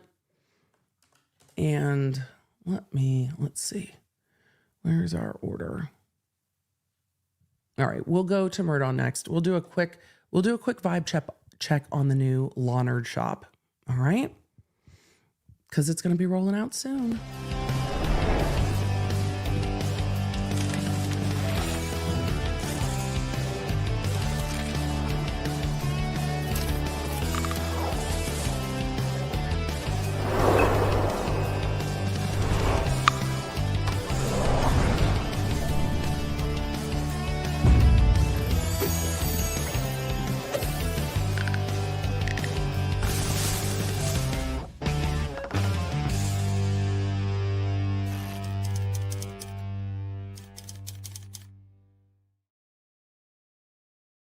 So there are some Easter eggs hidden within there of what's coming from or for the Lawnard shop. Members, you guys will be getting a sneak peek of the Lawnard shop very soon. And don't worry, I will keep you guys in the loop with all the new things in the Lawnard shop. We have custom redone the Lawnard shop. Yes, still on Shopify. We have rebuilt the Lawnard shop from the ground up. So not only can we bring you custom goods, we can bring you a cohesive merch experience. We can ship more easily everywhere. We have very few exceptions to where we cannot ship, so we can ship more easily everywhere, and we can do all the rest of it. So we've got you. Dog Mama asked, are you going to follow Diddy's emergency hearing? There's no audio call-in that I have seen, but yes, I talk about it tomorrow on the podcast. And if there's an update, there will be an addendum to the podcast. So there are some very fun new things coming to the shop, and there will be consistent new things coming to the shop. But we custom sourced our new sweatshirts. They are so soft. They are a little roomier than our last round of hoodies. I am so excited for them. They are so cozy, but we got to custom source colors, print techniques, we have new products that you guys have been asking for. I'm so excited. So don't worry. Yes, we do ship to Mexico, all over the UK, Canada. There are a very limited amount of countries we don't ship to. Will the Canada shipping affect the shop? No, because we have changed where we're sourcing goods and how we're sourcing goods. So we will be able to ship to Canada the way that we couldn't for the tumblers. Not thumb holes yet, but we are sourcing thumb holes. So All of the questions will be answered on the shop. I'm not going to answer all of them because we're not launched yet. So all of the questions will be answered in due time. Do not worry. But yes, we ship all over the EU. Do not worry. All right, law nerds, let us continue. We need to talk Murdaugh. You ready? All right. Let's give a summary of Mr. Laffite, shall we? Oh, Russel Laffite. Russel Lucius Laffite. Should we just call him Lucius? Russel Lucius Laffite. Sir, WTF.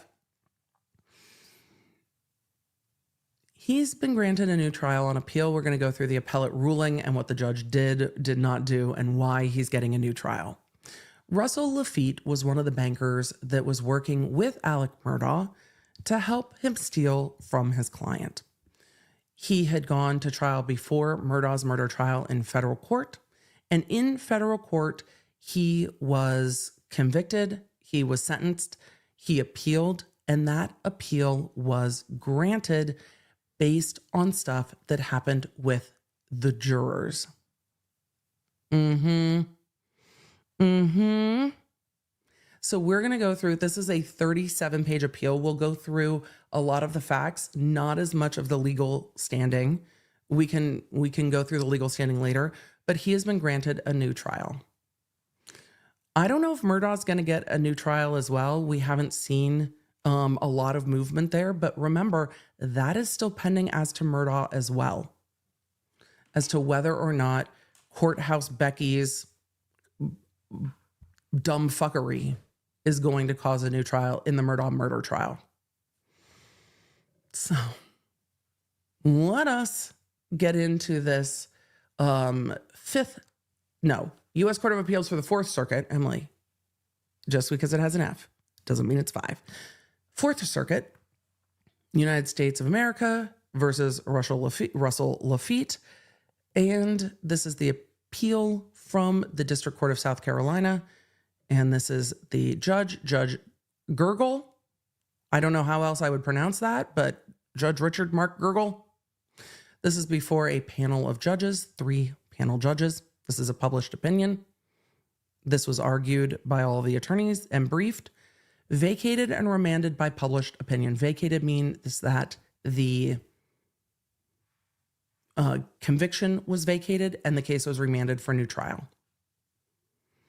This is from the circuit judge. Russel Lucius Laffite appeals his conviction for bank and wire fraud in violation of 18 U.S.C. 1343 and 1344 in the United States District Court for the District of South Carolina.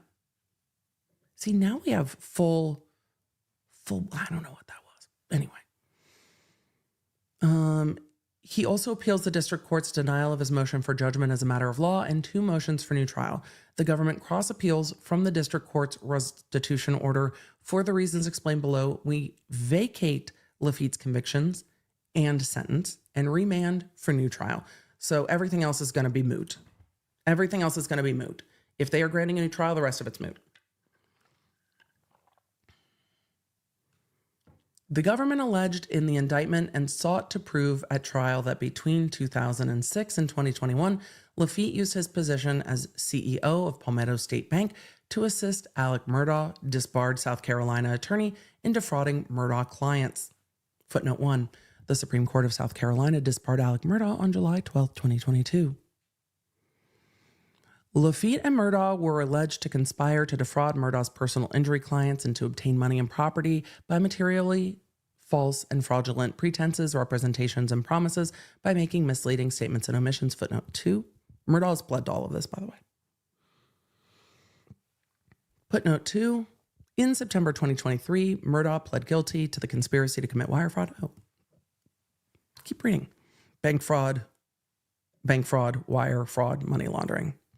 We already went through that. That was the case that Murdaugh wanted to withdraw his plea on. He got sentenced to 50 years or 40 plus years and blah, blah, blah, blah, blah. Rose in the chat said, who did Emily say is getting a new trial? Mr. Laffite. Who Rex said he doesn't want his name pronounced Laffite. Well, Lucius Laffite can wait. We are pronouncing it in villainy. Also, it makes sense that it is Laffite. Yes, to me. Law. Feet. That's what we're going with. Remember, his sister-in-law testified in the Murdaugh trial and in his trial. They go on to say, in furtherance of the conspiracy, Murdaugh requested that Laffite serve as the conservator and personal representative for the settlement accounts of multiple clients from Murdaugh's firm. Footnote 3. Under South Carolina law, a conservator is a person who is appointed by a court to manage the estate of a protected person. We know too much. The law nerds know too much about conservators. As a result, Laffite could access the settlement accounts and used those accounts to collect over $450,000 in fees, and to the extent 16 unsecured loans worth approximately $960,000. In total, Laffite and Murdaugh were alleged to have stolen nearly $2 million from settlement accounts. You heard me correctly. Settlements of personal injury clients. In September 2021, this is all we know, but in September 2021, Murdaugh's firm discovered that he'd been stealing from both the firm and clients. The firm subsequently fired Murdaugh, reported his thefts to the authorities, and notified Laffite that Murdaugh was no longer with the firm. After learning about Laffite's involvement in Murdaugh's theft of settlement funds, the board of directors at the bank voted to sever the bank's relationship with him. In September 2022, he was charged in the second superseding indictment in the District of South Carolina with conspiracy to commit wire fraud and bank fraud, wire fraud, and 3 counts of misapplication of bank funds. The 5 subsequent counts charged him as the principal and as an aider and abettor. During the 9-day trial, the government presented 15 witnesses, 5 of whom were members of the bank's board of directors, and the defendant called 8 witnesses to testify in his own defense. It's a lot of witnesses. During direct examination of his sister, Laffite sought to introduce testimony regarding the desire of the government's witnesses, who are also board members at the bank, to sell the bank. He also sought to introduce a memorandum written by his father, a board member who did not want to sell the bank, responding to those desires. The district court excluded the testimony and memorandum, but permitted Laffite to ask witnesses about the possibility of selling the bank and to also reference the government's witnesses' motivation to testify during closing argument. After closing arguments, the court instructed the jury. Jurors began deliberating at 10:22 a.m. on November 22nd. So probably Thanksgiving week, around 7:45 p.m. It's a long day. The court summoned the parties and counsel to the courtroom to disclose the receipt of 2 notes from juror number 93. The first note said, "Need antibiotic at 19:20. I can delay 1 to 2 hours." I would be like, 19:20, military time? Military time? I can delay 1 to 2 hours, and was signed number 93. The second note read, "Feeling pressured to change my vote," footnote 5, and was signed number 93. Footnote 4 and 5. Throughout the discussion about the jurors' notes, the jurors were identified by their numbers. The actual identities were not known to the district court or the parties at the time. 5. In her note, juror 93 underlined pressured twice. That happens. That happens in jury deliberations. Feeling pressured. Oh, they underlined it twice. Go Court of Appeal. After reading both notes to the parties, the court said that its instinct, this is what the court is saying to the lawyers, its instinct was that we have alternate jurors and we should be able to get to a verdict. And that it is not practical to get her medicine and drive back. I mean, it's 7:45 p.m. You could just break for the day. Like, just break for the day. Just break for the day. Hindsight's 2020. Just break for the day. The court also, quote, welcomed any thoughts, and defense counsel suggested the jurors return in the morning. Yep. But the court reiterated its preference to utilize alternate jurors. Hey, you guys. It's a long day. It's 7:45. Just go home for the night. Come back tomorrow. The government agreed with the impending holiday ahead of us Thanksgiving. We would like for the jury to continue to deliberate tonight. Echoing the government's concern, the court explained, I could just tell you right now that if I tell people that they have to come back tomorrow, I don't think that's in anybody's interest. Well, the court doesn't want to be back the next day. And I'm going to be honest, I'm kind of trying to protect the defendants here in this situation, then do what they ask. If you want to protect the defendants, do what they ask. What they ask is the jurors come back tomorrow. I'm kind of trying to protect the defendants here in this situation, and I don't think it's in your interest to try to force people to come back tomorrow. Too bad. They asked for it, let them do it. I don't feel like the effect that has on pushing people, I don't like the effect that has on pushing people to a verdict. Swapping out a juror has that effect too. At that point, the court received 2 additional notes from the jury. One of those notes was signed by multiple jurors. It read, Dear Judge, we are writing this to express a shared concern. On page 11, your final charge, jury instruction, states that, quote, if you let fear or prejudice or bias or sympathy interfere with your thinking, there is a risk that you will not arrive at a true and just verdict. A juror's previous court experience is influencing that juror's ability to discuss the trial in a group setting. That juror has made comments about having been, quote, bullied as a juror on previous trials and will not consider the evidence in this trial. The juror is hostile to hearing any debate from certain other jurors.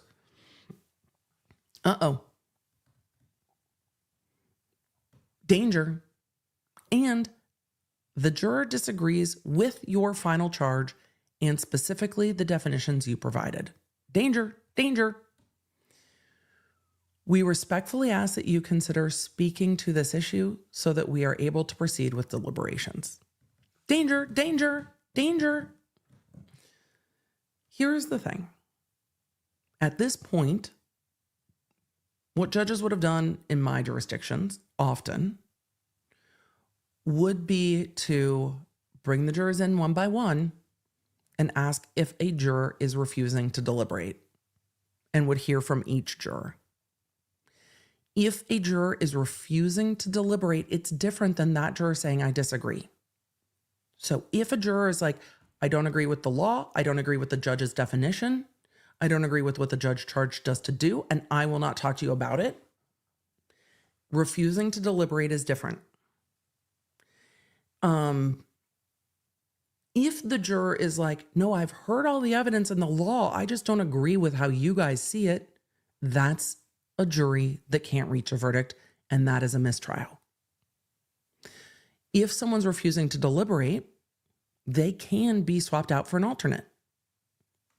But at this point, where I practiced, generally it would have had each juror come into the courtroom and asked if a juror is refusing to deliberate. And then that's it. Because you can't get into the deliberative process, but you can ask if someone is not deliberating. And I think at this point, it seems that the juror is hostile to hearing any debate from certain other jurors, so maybe they are deliberating, but it's unclear. And the juror disagrees with your final charge. Well, if the juror is saying they refuse to follow the law, that's also something that you can replace them for. Or you bring the whole jury in as a group and say, it's your obligation to follow the jury instructions. It's your obligation to deliberate and follow the law. You can't refuse to deliberate with each other. You have to hear each other out. And then you give them more like a hung jury charge, whether they call it an Allen charge here in South Carolina, I don't know. But you give them that charge that's, you need to follow the law. You need to follow my instructions. And then you charge them all again and let them out. Which seems to be what they're asking for, right? We can ask you to consider speaking to this issue. So you can give them that charge and send them back. The final note came from Juror 88, stated, Your Honor, can you please call an alternative? I am experiencing anxiety and am unable to clearly make my decision. Under her signature as juror number 88, she wrote that she could provide more information as needed if necessary. At this point, with all those notes, send them home for the night. For the love of God, just send them home for the night. After reading the jurors' notes to the parties, the government contended that the court should put 2 alternates in and replace both those jurors. In response, the district court reminded the parties that there are 3 alternates for a reason and noted it is unclear whether the notes raised an issue with 2 jurors or 3 jurors. Don't replace anybody, send them home. Give them a break.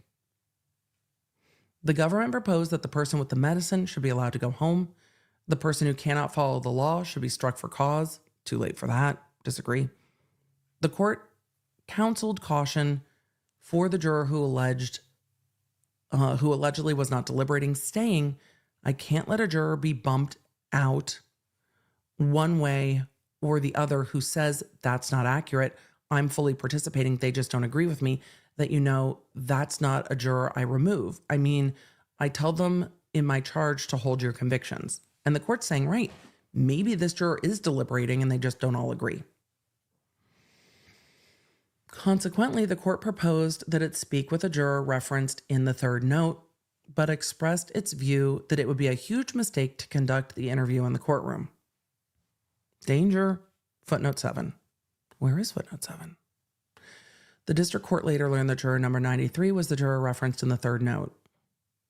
So the juror with anxiety, feeling pressured, needing an alternate, that was juror number 93 that wrote the 2 notes above. After a short colloquy with the government, hopefully the defense was present, the court proposed the following action. With the consent of the parties, we are going to set up a place where I will take a court reporter, and without anyone present but the court reporter, I will create a record. Nope. Nope. Nope. Nope.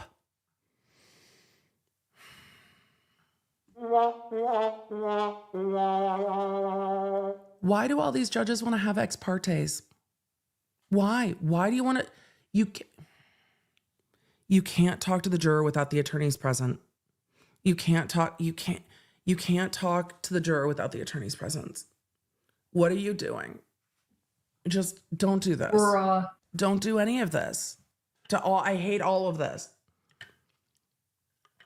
Don't do this.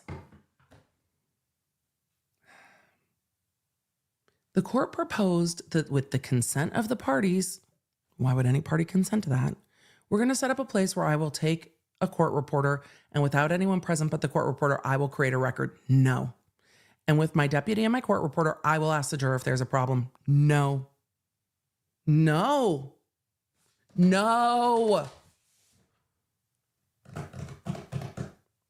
Don't do this. Anna in the chat asked a critical question. Is this Judge Newman? No, this is Federal Judge Gurgle.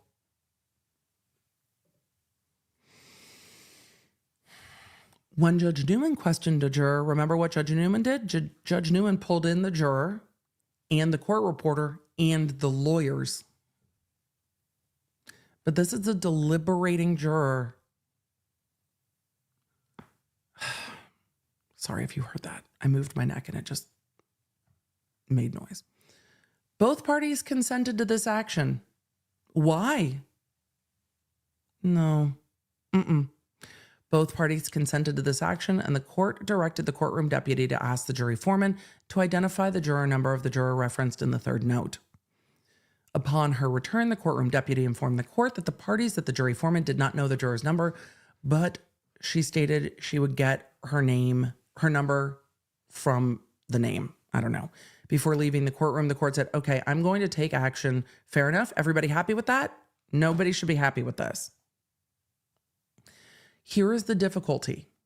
You know when you watch competition reality TV and at home you're on the couch looking at it going, why are they doing that? And they're exhausted and they've had long days and they haven't eaten enough. I'm specifically thinking of Survivor, but whatever. Pick a competition reality show. And you're like, why are they doing that?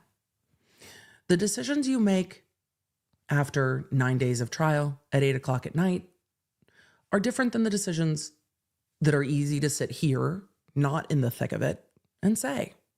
The reason we talk about it is because the appellate court does what we're doing. The appellate court's not exhausted. The appellate court doesn't care if you're exhausted. The appellate court doesn't care if Thanksgiving is tomorrow and you need to go get your cranberries. They don't care.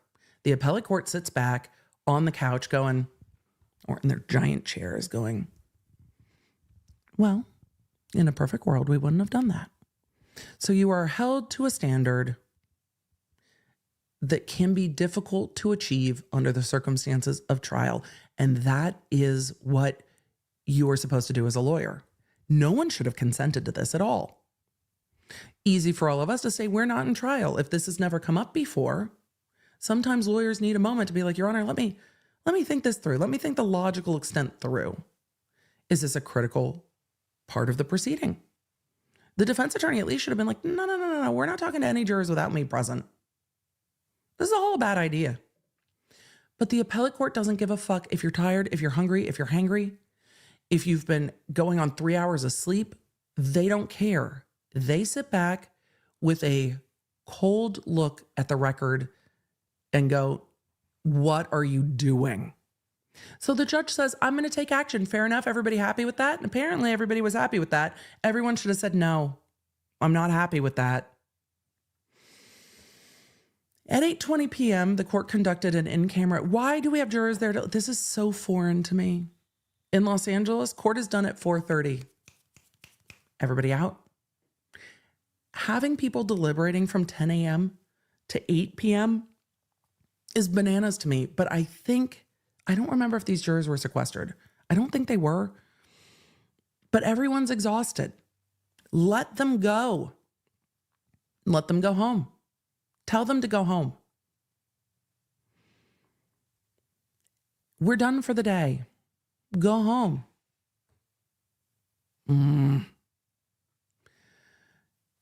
The court conducted an in-camera interview without any of the lawyers there with juror 88 to address her request to be replaced with an alternate. The discussion between juror number 88 and the district court is reproduced in full below, right? Because at least there's a court reporter. The court, you're juror number 88, juror number 88. Yep. Yes. The court, can you take your mask off if you feel more comfortable? I received a note that you told me, can you please call an alternate as I am experiencing anxiety and unable to clearly make my decision. I can provide more information as needed if necessary. You want to share anything with me, but don't tell me anything about the deliberations themselves, okay? The juror, give me a minute. The court, take your time. Footnote 8. Throughout this exchange, neither the parties nor the court knew who was referenced in the note from multiple jurors claiming that one juror was influenced by a prior experience and would not deliberate. Juror 88. I was very proud to do this. At one point, I thought I wouldn't be able to, but I am prescribed medication and I've taken notes clearly. I have my decision that I made, but I started to feel very anxious due to some of the reactions to my decision. Okay, so the jurors are disagreeing. That's closer to a hung jury. But again, jury rooms are pretty high pressure. Unless everybody agrees, and then they're not high pressure at all. The court, do you feel you can perform, or do you want me to replace you with an alternate? Your Honor, I don't want to be replaced, but, and I am usually very strong when someone is butting up, but I don't want to be trialed for my decision.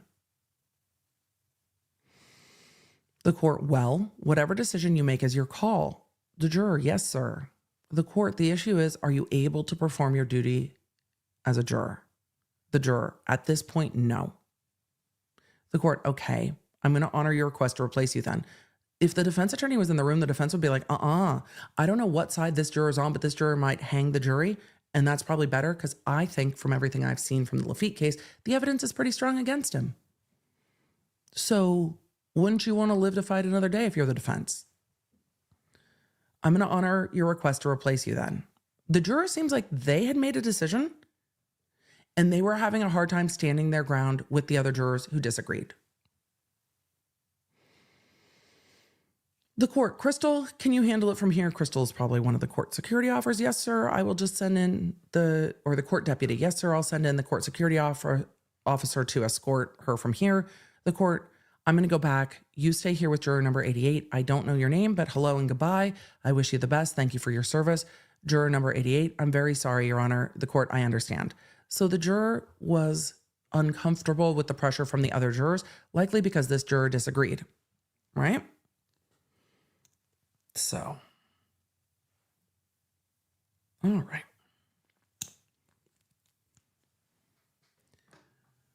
The court dismissed juror 88 sua sponte, meaning of the court's own motion. The court didn't go ask the lawyers. The court didn't go to the lawyers and say this happened. Sua sponte from the jury with no notice or opportunity to hear argument from the parties. Yeah, don't do that. Are we seeing the stacks of nope, nope, nope, nope, nope, nope, nope, nope, nope, nope, nope, nope, nope, nope? Witness said, yep, 12 angry men shows the pressure as well. It's hard. It can be very high pressure.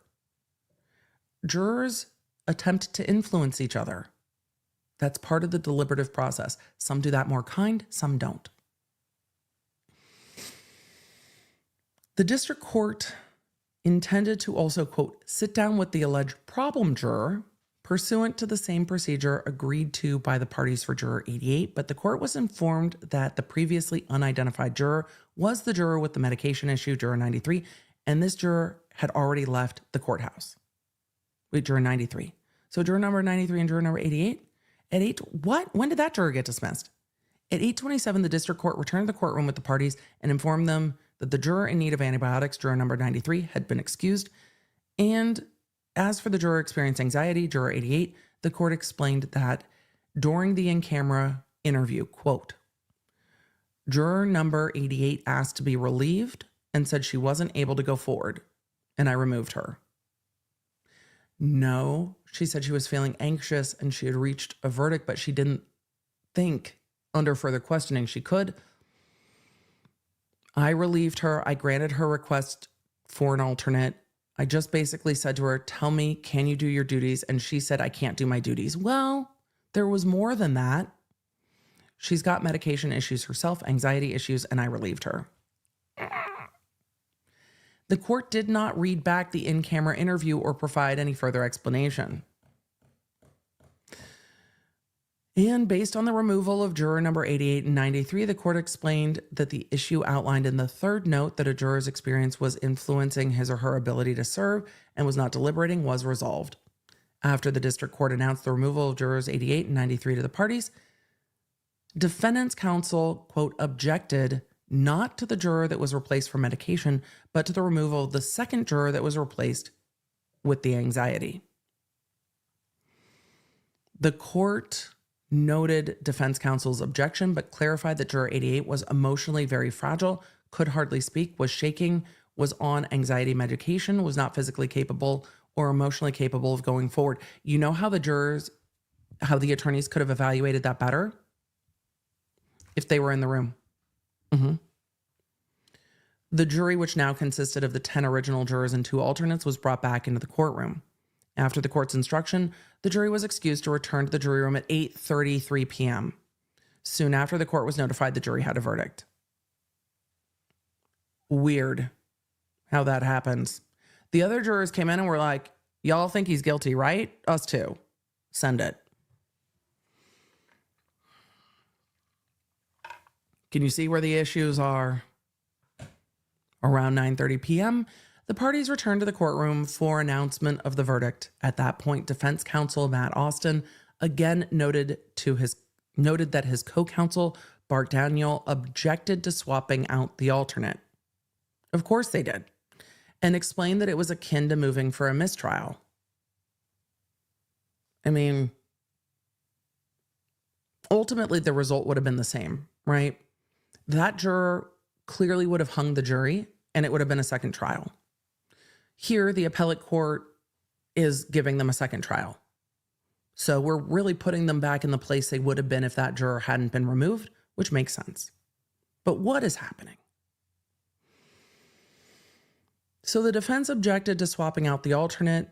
Yeah, there's a lot of red flags. The attorneys should have been there. The defendant should have been there. The court should have read them what the juror said, but the court shouldn't have questioned the juror without the attorneys there. All of this is a terrible idea.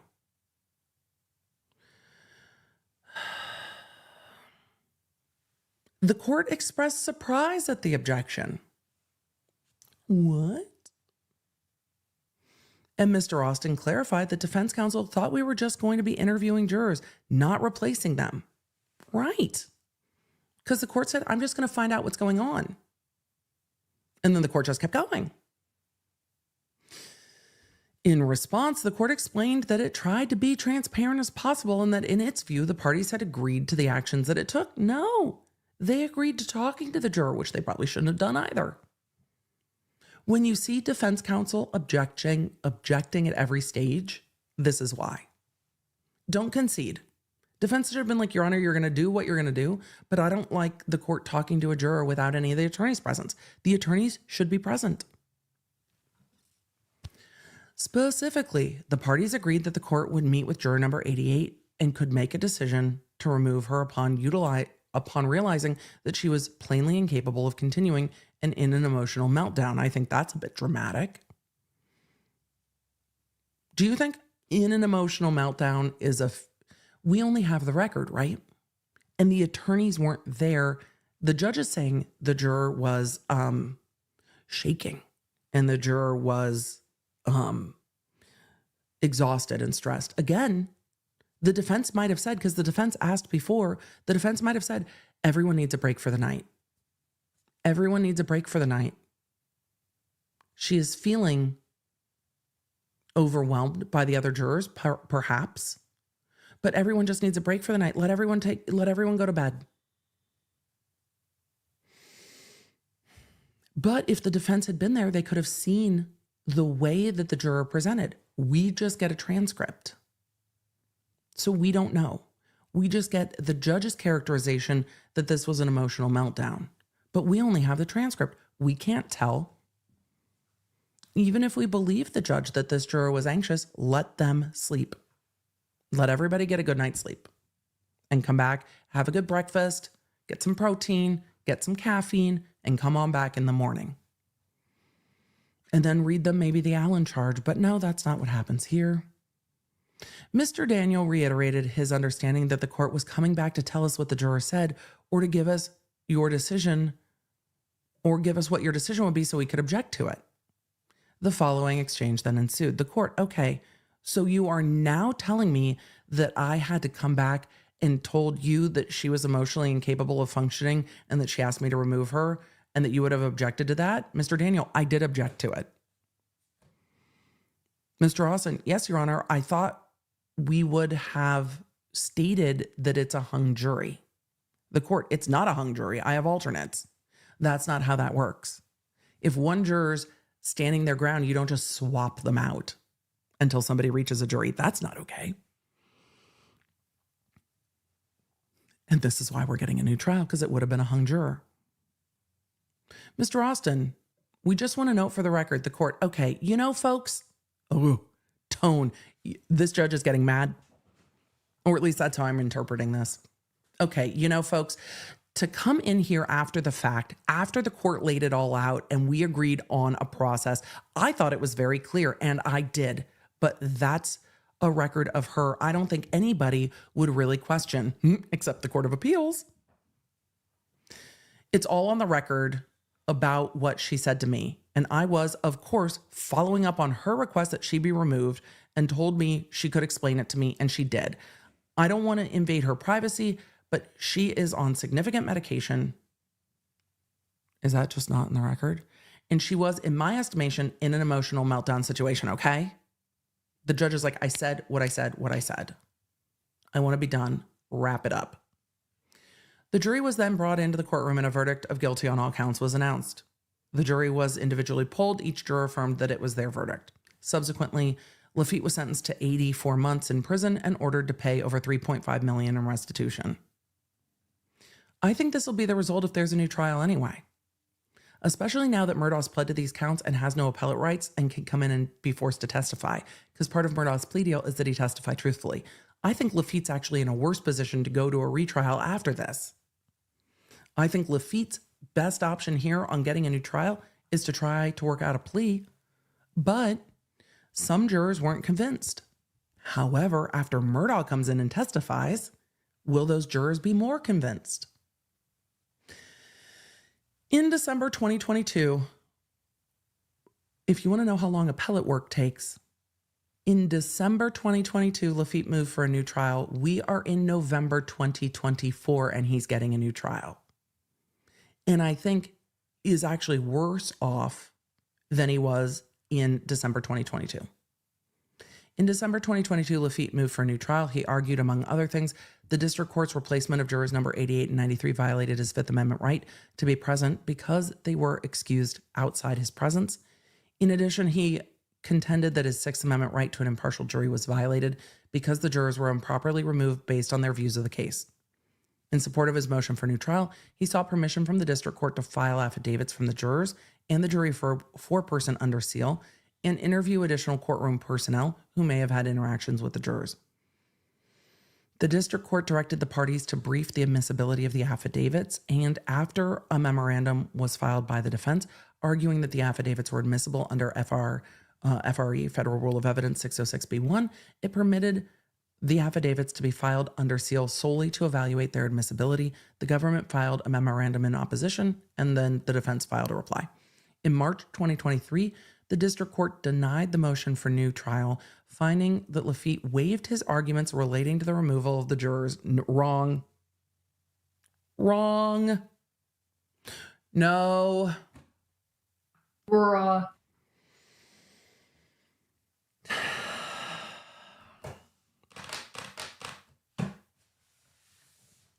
No, that's not correct.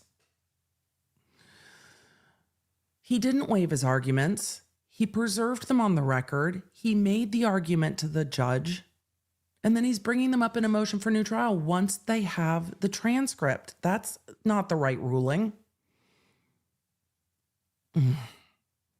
The district court denied Laffite's request for consideration of the affidavits, finding that they fell within the prohibition against consideration of juror testimony during an inquiry into the validity of the verdict, and denied his request to interview court personnel. That was appealed. And then he argued that that ruling was not correct. He also argued that the district court's decision to exclude the jurors' affidavits is an abuse of discretion. The government noted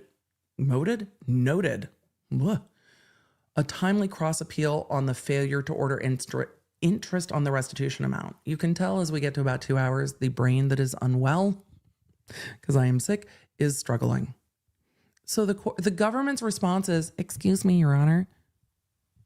Excuse me, Your Honor. What do I tell you guys? You guys, I say it so often. The government will get their money. The government's issue here is that interest wasn't awarded on the $3.5 million. Excuse me, Your Honor. You forgot the interest. We'd also like penalties. We're the feds. Give us your money. Money, Your Honor, money. We would like your money. So the government cross-appealed because there was no interest on the restitution amount. The court has jurisdiction under the rules. Exclusion. So the first thing they are looking at was the exclusion of the juror affidavits. The government should be more worried about all of this. It's like, Your Honor, please don't. We don't want to have to do the trial again. You know what cost you more money, government? When you have to do it again. Protect your verdict. Even if you think what the judge is doing might be good for you, if it's appealable, protect your verdict. Be like, hey, Your Honor, I think maybe we should have a discussion before you dismiss any of the jurors. Maybe all together, please. Protect your verdict.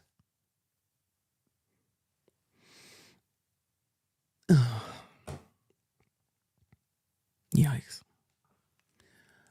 Defendant initially contends that the district court erred in excluding the affidavits and urges the court to consider it in evaluating his constitutional claims, footnote 10.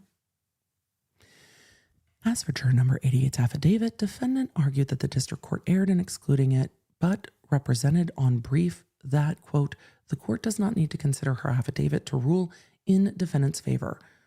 We agree that we need not consider juror number 88's affidavit to find that Laffite's Fifth Amendment right to be present and Sixth Amendment right to an impartial jury were violated by her removal. Thus, we do not address the admissibility of her affidavit.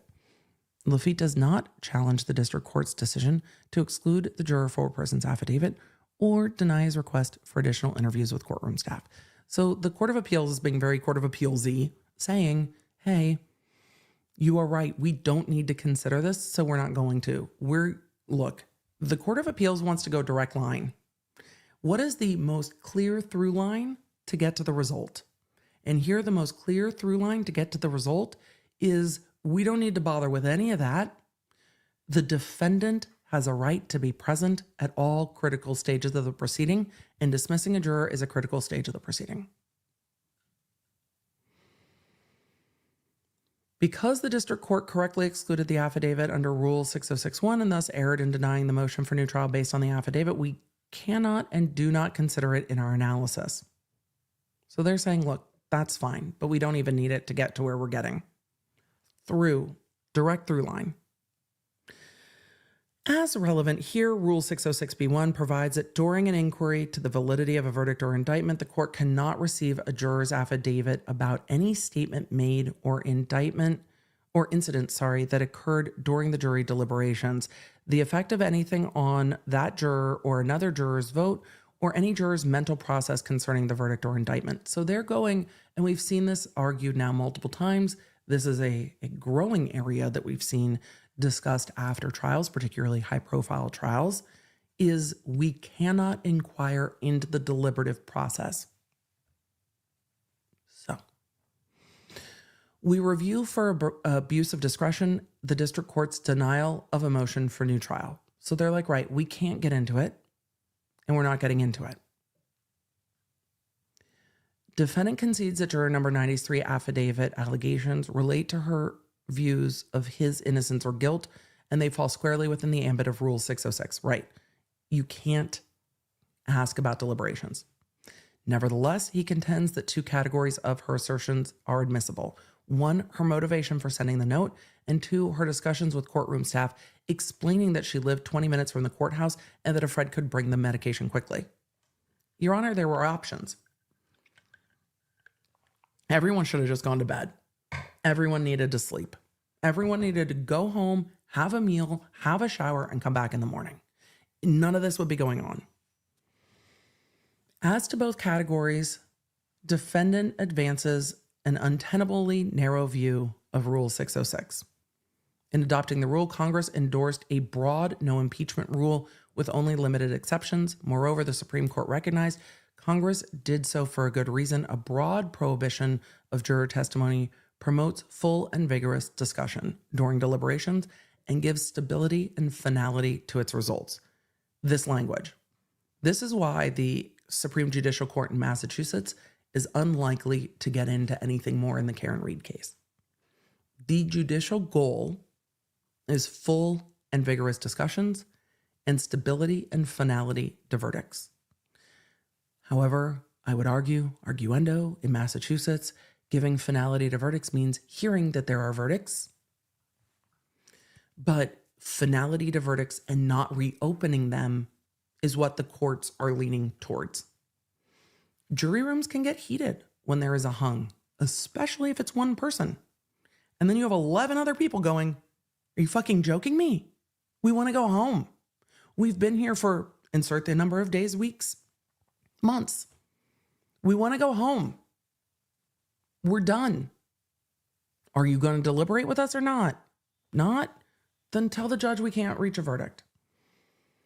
The first category of jurors, and I can understand in this case where you've got the bank being accused, or the head of the bank being accused of stealing from vulnerable clients, I can understand where emotions can run high. But we know that brains don't work well when they are tired, so. The court says in the first category, juror 93's assertions, her motivations for sending the notes to the district court during deliberations clearly falls within the broad scope of Rule 606. In particular, the court is mindful that one of her notes specified she felt pressured to change her vote. Thus, to permit post-verdict inquiry into the motivation behind her notes would intrude into statements and incidents that occurred during deliberations. And we know that the court is like, we do not intrude into the deliberative process. Goes on to say, similarly, Juror 93's discussions with courtroom staff in connection with retrieving medication fall within the broad purview of the rule. Again, we are mindful that Juror 93 sent 2 notes during deliberations, one of which directly addressed medication. Her second note to the court explained she felt pressure to change her vote. That happens. Jurors get pressure to change their votes. Part of the process.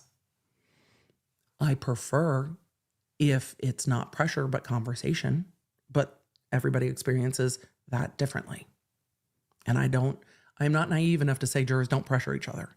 They do. It's part of the process. Communications between Juror 93 and courtroom personnel related to those notes would impermissibly intrude on the statements and incidents that occurred during deliberations. You see how much courts don't want to ask jurors what happened during deliberation? It is meant to be private. We don't want to know, we don't want to ask, we don't want to talk about it, and it is meant to be private and locked down. But that's why they don't want to address any of this, because the through line here is, did the defendant have a right to be present at all critical stages of a proceeding? And if so, is removing a juror a critical stage of the proceeding? If yes, new trial. And that's where they're going to get to. So they are going a long way to talk about the fact that the affidavits don't need to come in. Waiver. This is the ruling I said I disagreed with. But then again, I am reading a ruling where I know they've already found these things to be improper. So I'm not in a vacuum reading this. Before turning to the merits, we address the government's contention that the defendant waived or forfeited his Fifth Amendment, Sixth Amendment, and abuse of discretion claims related to Juror 93. In addition, the government argues that he waived or forfeited his Fifth Amendment and abuse of discretion claims related to Juror 88, footnote 12. The government concedes the defendant's Sixth Amendment claim as to Juror number 88 is preserved for our review. Under Federal Rule of Criminal Procedure 52B, the court has discretion to correct errors forfeited because they were not timely raised in the district court, but no such discretion applies when there has been a true waiver. In this regard, waiver is the intentional relinquishment or abandonment of a known right. When a claim is waived, it's not reviewable on appeal. So when you see defense attorneys literally objecting or saying, I'm objecting for the record, I'm making this for the record. We've seen it in Idaho. We've also seen it recently in Corey Richins. In Corey Richins, the defense was saying, Your Honor, I know the law's not on our side on this, but I'm preserving it for the record. If you don't use it, you lose it. So it is a lot of a defense attorney's job to look forward at, do I want the opportunity to argue this down the road? And if I need to preserve that opportunity, they have to forward think all the things, which is why when I see people give a lot of flack to public defenders. Public defenders suffer so much shit. Their clients give them shit. Their clients' families give them shit. There is a lot of shit given to public defenders. However, public defenders, A, have chosen to do this job, and B, have a tremendous amount of experience because this is their all day, every day. How much easier is it to do the thing you do all day, every day? It's like, no, I make this and this. These are all the objections I make. It is front of mind because it is what you do all the time. More so than defense attorneys who may do both civil and criminal. I'm not saying there's anything wrong with that. But how often an attorney is in court is going to go to their speed of having these types of objections top of mind. Having the person who is doing the thing all day, every day, oftentimes will benefit in your favor. Pulling someone into a criminal case that normally does civil is not going to have these things top of mind. Pulling someone who's normally a defense attorney into being a special prosecutor means they might not have the prosecution's role top of mind. New Mexico. There are different roles. The more you do a thing, the more it is top of mind. The further away you get, the less it's top of mind. I've forgotten so many of my code sections in California. I remember some of the big ones, but I've forgotten a lot of the other ones. So, I would just say, when you're seeing defense attorneys make all of these motions and you're like, why are they doing this? This is why. This is why. Sometimes it's annoying, but this is why. If it's you or your family member, you want your defense attorney to be annoying. and to object to all the things so they can argue it later. This. So, Lara said, Brennan TBD. Yes, Brennan TBD. That was definitely not a shot at Brennan. We don't know yet in the Reed case. We know in New Mexico, don't we? We know. We well know. We all the way know. So, did the defense forfeit the ability to argue this? Court of Appeal says no. Negative, Ghost Rider. Laffite did not waive his Fifth Amendment or abuse of discretion claims related to the removal of the juror. In outlining its plan of action on the juror's notes, the court stated, quote, with my deputy and my reporter, I will ask the juror if there's a problem. Right. No indication of will remove someone. No indication of anything else. None. Then, shortly before leaving to conduct the in-camera interview, the district court asked the parties for their consent to create a record to question the juror. The parties both gave their consent to question the juror. Based on those statements, we conclude that the parties consented to the juror being questioned in the in-camera, not to her sua sponte removal. Sua sponte means on the court's own motion. Because defendant was not on notice that the district court might remove the juror during the interviews, the court cannot conclude the defendant abandoned his rights to be present during the juror removal or his abuse of discretion claim.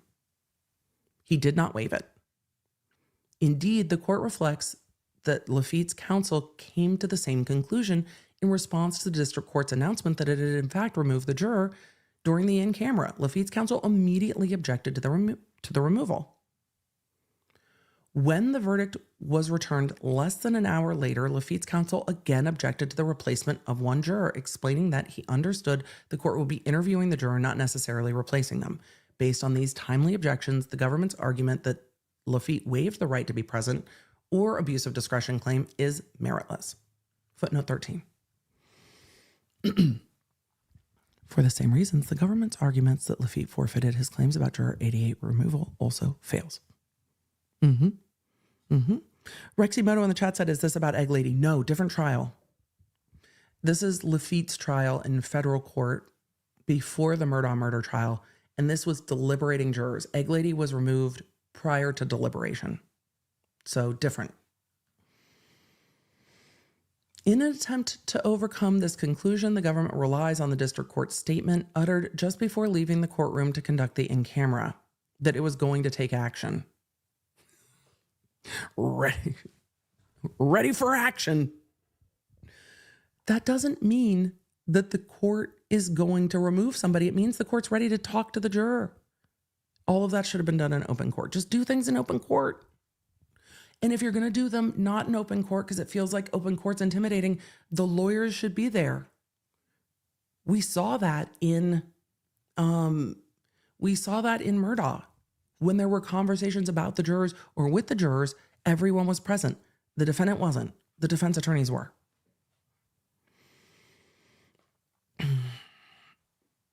Okay. The government contends that the parties subliminally understood. No. Subliminally understood. Get the fuck out of here with that argument. What are you doing? The government contends that the parties subliminally understood the court's referenced action encompassed the possible removal of the jurors. No. No. Come on. No. Stop it. Go talk to the TikTok psychic, government. We all just knew. It was, Your Honor. Excuse me, Your Honor. Your Honor. But Your Honor, the vibe was like the court was going to talk to the juror and then do whatever. Like, but vibes, Your Honor? Vibes.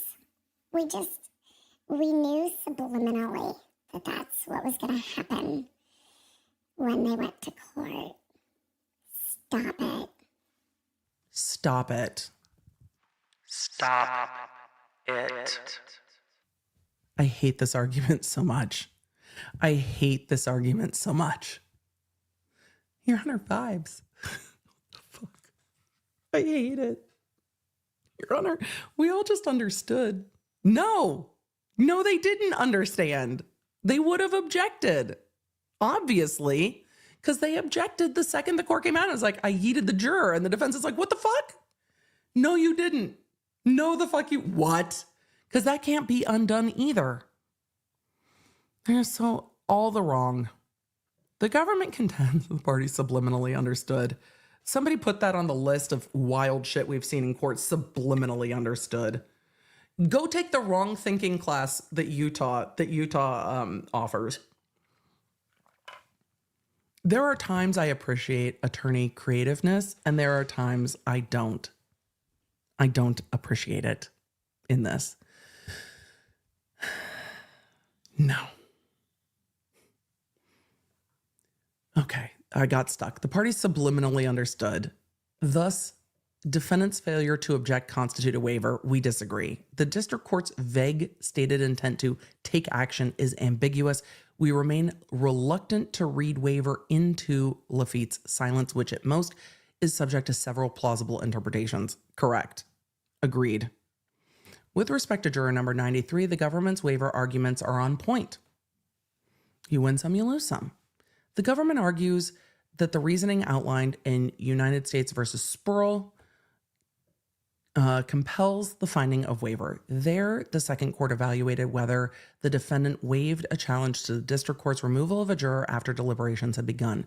Because defense counsel was actively engaged in the matter and agreed to every action taken by the district court, the court reasoned that counsel's intentional actions manifested true waiver of any challenge to the district court's inquiry and removal of the juror. The second court noted defense counsel engaged and agreed to the district court's inquiry as to the nature and extent of the juror's inability to deliberate, and after the juror's removal, affirmed that he did not object to anything that had transpired. We agree with the government and find that Spurl is instructive. Here, as in that case, the court convincingly demonstrates that defense, through his counsel, acted intentionally when he agreed to remove juror number 93. Specifically, following the receipt of the juror's notes, Laffite's counsel engaged in discussion about the best path forward from the start. The district court discussed the possibility of removing juror 93. Indeed, immediately after reading her notes, the district court stated that its inclination was that we have alternates and we should get to a verdict. The court's like, let's get to getting. If that person needs their antibiotic or whatever, go get it. We're just going to put in an alternate. We want to get this shit done tonight. The whole vibe in this courtroom is like, get it done tonight. The district court stated its inclination was that we have alternates. We should get to a verdict. And that is not practical to get her medication and drive back. Y'all could have taken a break for the night. After the court received and read all 4 juror notes to the parties, the district court reiterated its view: we need to send home the one with the medicine. That's different. Like, if you have a timed antibiotic that you need to take and you don't have it in court, because who the fuck thinks they're still going to be there at 8:30 at night? That's fair. I would suggest the person with the medication, we cannot risk someone's health, so I think they should be allowed to go home. Laffite and his counsel were present, but they said nothing. Those are different circumstances, right? Okay. They're going through whether that's waiver. They said it's waiver because everyone knew what the plan was with that juror. Laffite was silent. The court asked for input. They were silent. Judge, we would object not to the juror that was replaced for medication. We agree with that. So they did waive their argument there. Fine. We're not going through that more because we don't need to. Okay. Let's see. Defendant's remaining argument that the district court erred by failing to directly address him also fails to overcome the court's finding of waiver. Under the Sixth Amendment, there is essentially 2 categories of decision made by a criminal defendant's trial counsel. those decisions deemed personal that must be made with the defendant's consent and those that are made without the defendant's consent. In a case of Monday morning quarterbacking, defendant wishes his previous counsel had managed his defense differently by objecting to the removal of juror number 93.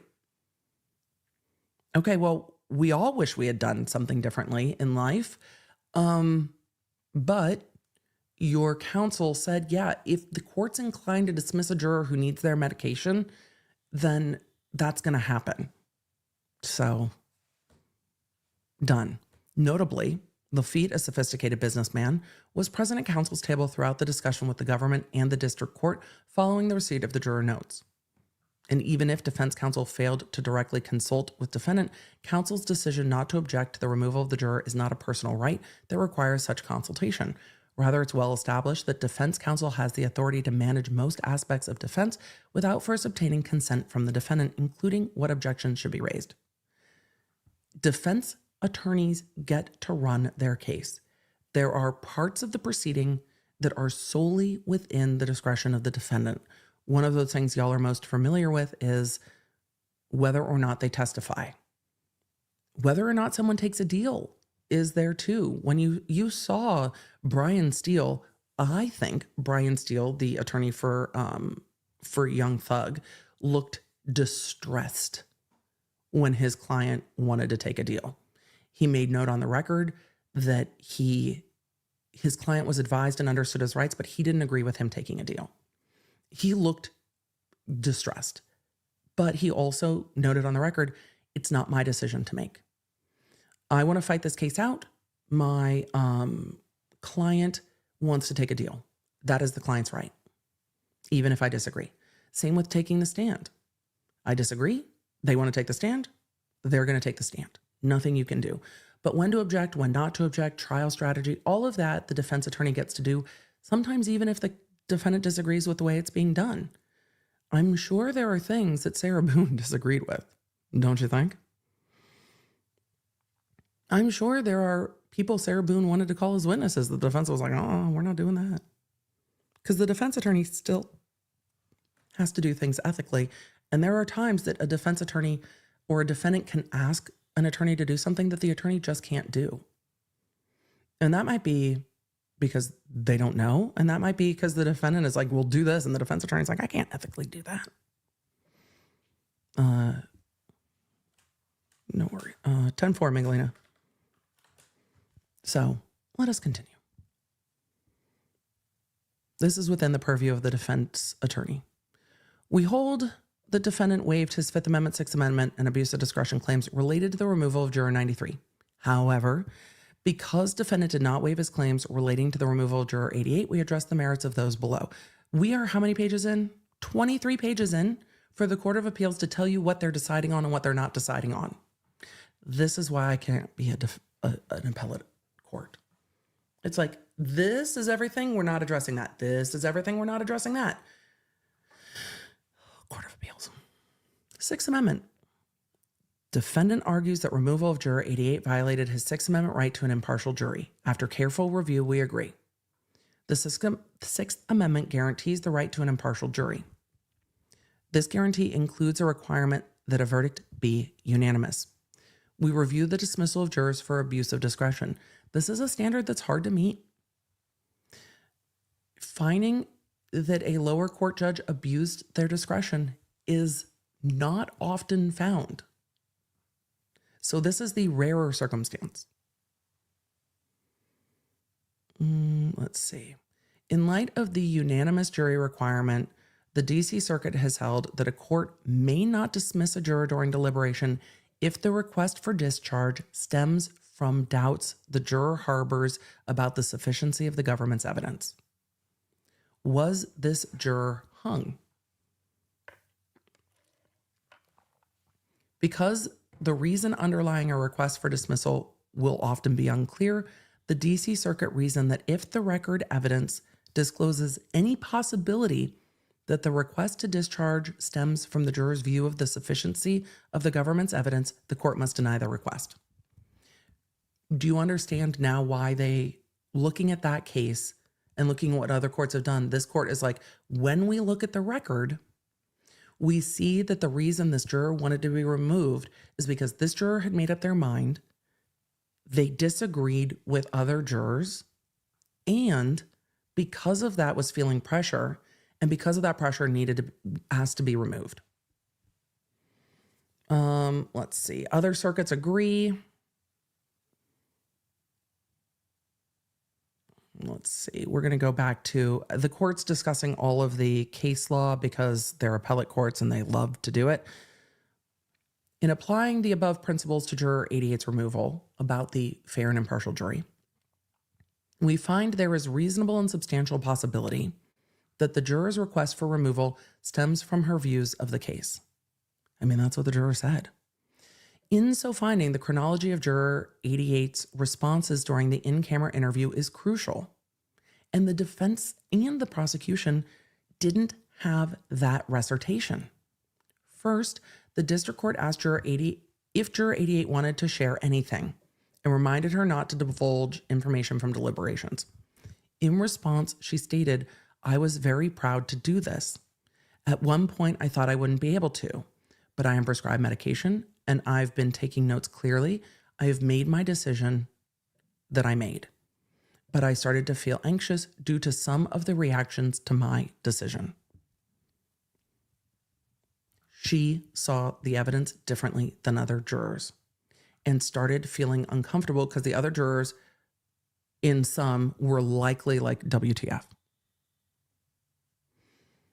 The district court then asked Juror 88 whether she felt like she could perform her duties or if she wanted to be replaced. She responded, "Your Honor, I don't want to be replaced, but I am usually very strong when someone is butting up, right? Butting heads, whatever. But I don't want to be trialed for my decision." Sick. So for our discussion of what SICK stands for, see last week's stream. Not only did Juror 88 indicate that she did not want to be replaced, she reiterated her immediately prior statement that her request for removal was causally linked to her decision. "I need to be removed because I feel pressure over what I've decided because they don't agree." So.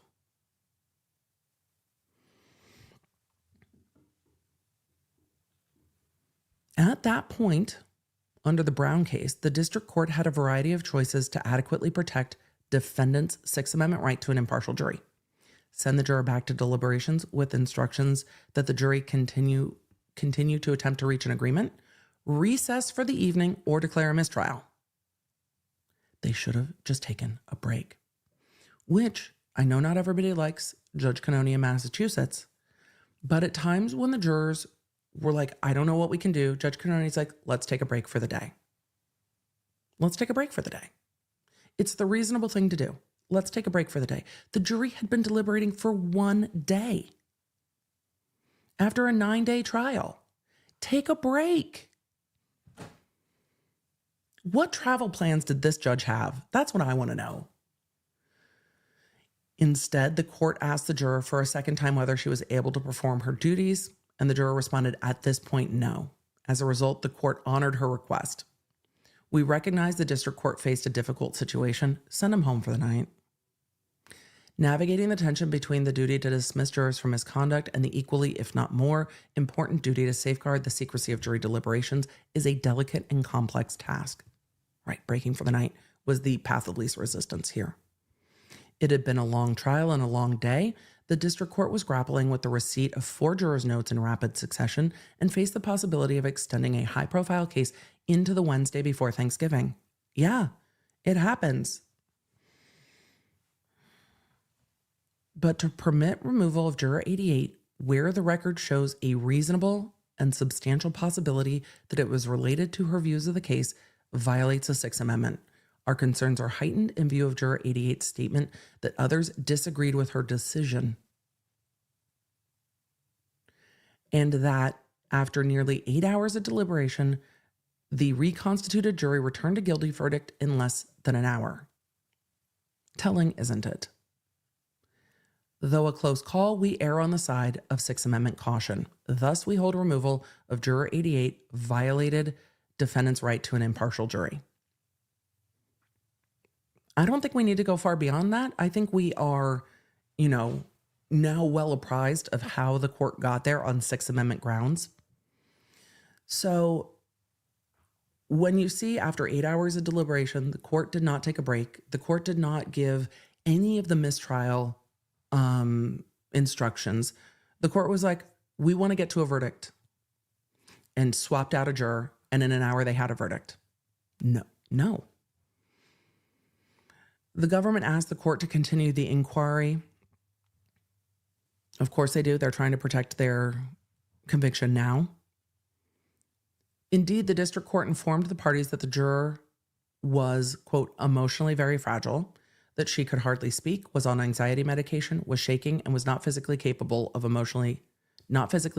emotionally capable of going forward. That's not what she said, though.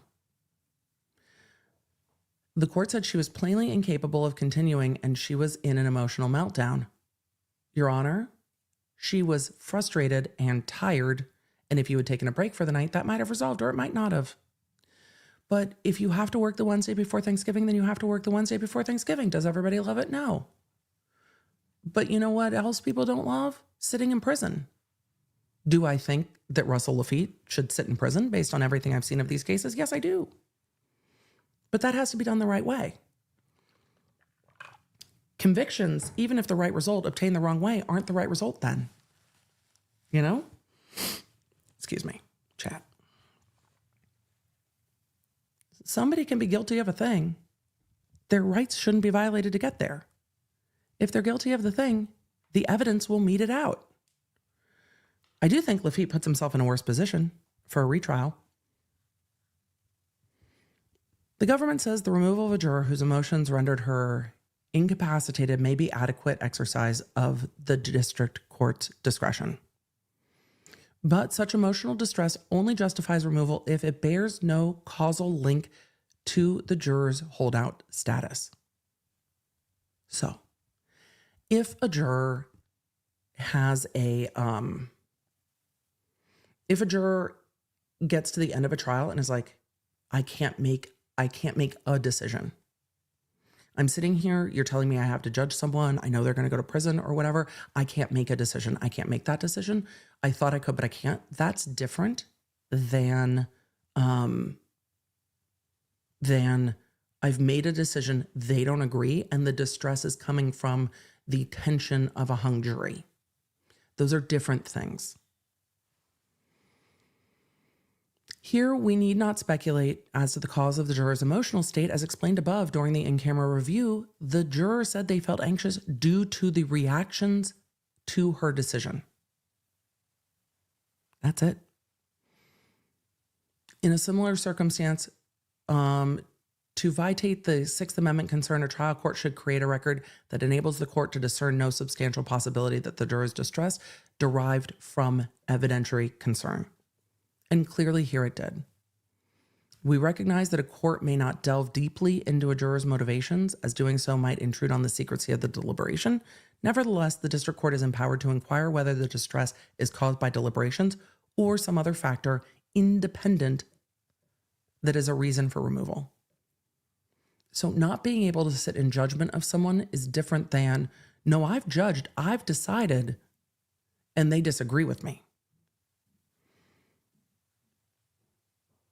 In its briefing and oral argument, the government argued that the Huntress case compels a different conclusion. In Huntress, which predates Brown, a deliberating juror was replaced because the district court believed that his mental state prevented him from deliberating. Notably, the Fifth Circuit referred to Huntress's theory of the juror as a holdout juror who may have feigned illness and checked himself into the hospital to avoid the pressure of his fellow jurors.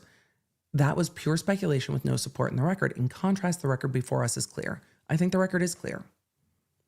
Speculating as to why somebody might end up in the hospital is different than a juror saying, I'm feeling distressed because of their reaction to my decision. I don't think we need to dive much deeper into this. They say, ultimately, we do not need to decide whether the violation of defendant's right to an impartial jury is structural error, because even under the harmless error standard, we cannot uphold the removal of the juror. An error is harmless if it does not affect the defendant's substantial rights.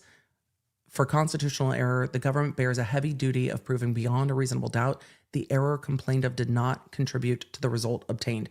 And here, removing the juror led to a verdict within an hour after they had been deliberating for 8 hours. Clearly, the removal impacted the defendant's rights.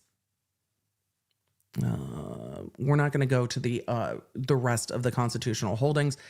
We're going to go to the very end. Let's see. The government argues that even if defendant had been present when the court denied to remove or decided to remove juror number 88, the court would have removed her in any event. That's not necessarily true, because then the defense would have had a full picture of what was said. In arguing, the government focuses on the following exchange between the district court and the defense counsel. Mr. Daniel, we thought you were coming back to tell us what the juror said or to give us what your decision would be so that we could object to it and not the court. Okay, so you're now telling me that I had to come back, that had I come back and told you that she was emotionally incapable of functioning and she asked me again to remove her, you would have objected to that. I did object to that. Yes, Your Honor, we would have stated it's a hung jury. The court, it's not a hung jury. I have alternates. The court's wrong there. And I think clearly so. Well, the appellate court agrees too.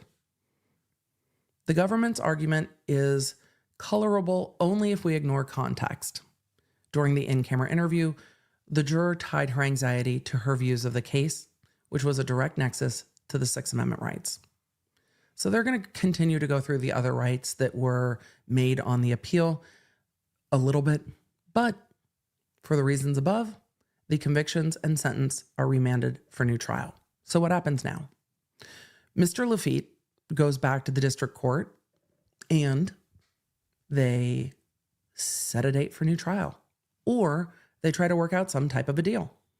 I think this case, if it goes to retrial, is not going to get better for Laffite now that Murdaugh can testify, because Murdaugh doesn't have any appellate rights as to this chain of events. So if Laffite goes back to trial, Murdaugh will, by all accounts, be a witness, because part of his plea deal is that he testifies truthfully in any court proceeding.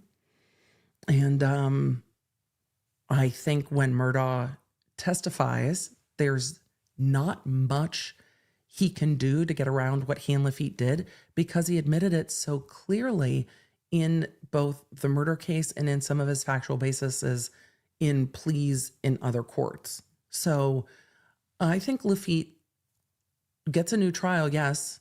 The court should have let everybody have a break for the night, yes. But I don't think it necessarily gets better for him. I don't think he escapes conviction on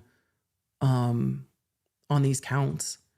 And I think it's just a longer road to him being convicted again, and maybe closer to him getting being done with his 84-month sentence, because he's spending that time back in trial again. So Russel Lucius Laffite gets a new trial because the court removed an alternate without giving the defense an opportunity to object, without the defendant present, and because that juror felt pressure based on the fact that they disagreed with other jurors. That was a violation of his right to an impartial jury, among other constitutional rights. So he will get a new trial, but his sentence is vacated. So whether or not they will hold him in custody, they will be able to have another bond hearing. He was out of custody for the first trial. So they will be able to remand him back to the court and have another bond hearing to see if he will be granted bond or not. Because again, he is his sentence is vacated. So he can't be held in prison on the 84-month sentence. So it's very possible that he will get out of custody pending the new trial,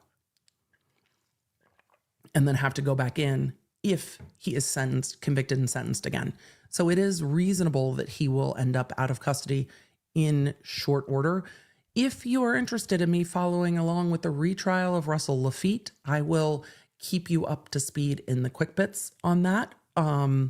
And then if we need to cover it more, we will. But this will go back to trial in federal court in South Carolina. There will be no television coverage. There will be no audio coverage. There will be those in court reporting. Mandy Matney had done that quite a lot in the first trial. So we will see. So still no cameras, but I will keep you in the loop of when that is going to trial so that we have an eye on it. That's what the quick bits are for. All right, let us continue with Q&A because, well, I think I summarized that just now, but I will keep you guys posted. So, new trial for Russel Laffite. Probably stronger evidence against him the second time because Murdaugh will be called to testify by the government. Let's get to questions. You've got questions. I've got questions. We've got questions.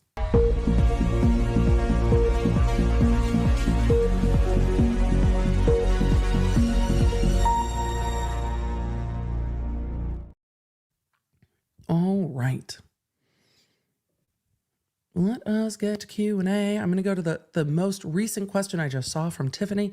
Tiffany said, Emily, do you plan to sit in on the Diddy criminal trial in person in May? No. Is anyone able to sit in? Anyone who wants to go can go. There is not a chance that trial is going to trial in May. Diddy is not going to trial. Diddy is not going to trial until 2026 at the earliest, probably late in 2026. The defense has not waived time yet. They will at some point. That's not going to trial in May. This is not going to happen. This is not going to happen. Lara asked, is there any Law360 shop news? Lara, for those of you that are just coming in, there is Law360 shop news, but if you want to stay in the loop with everything that's happening with the new merch drop, you're going to need the app because that is where we will be dropping information to the public first. The members will get information before even the app. So if you are a member in the Law360 Lounge or here on YouTube, you will get first, and then the app before I give everyone else information. But there is a vibe that has some Easter eggs. So maybe we should just, because Lara asked so nicely. If you guys have not seen the teaser for the new shop, here we go.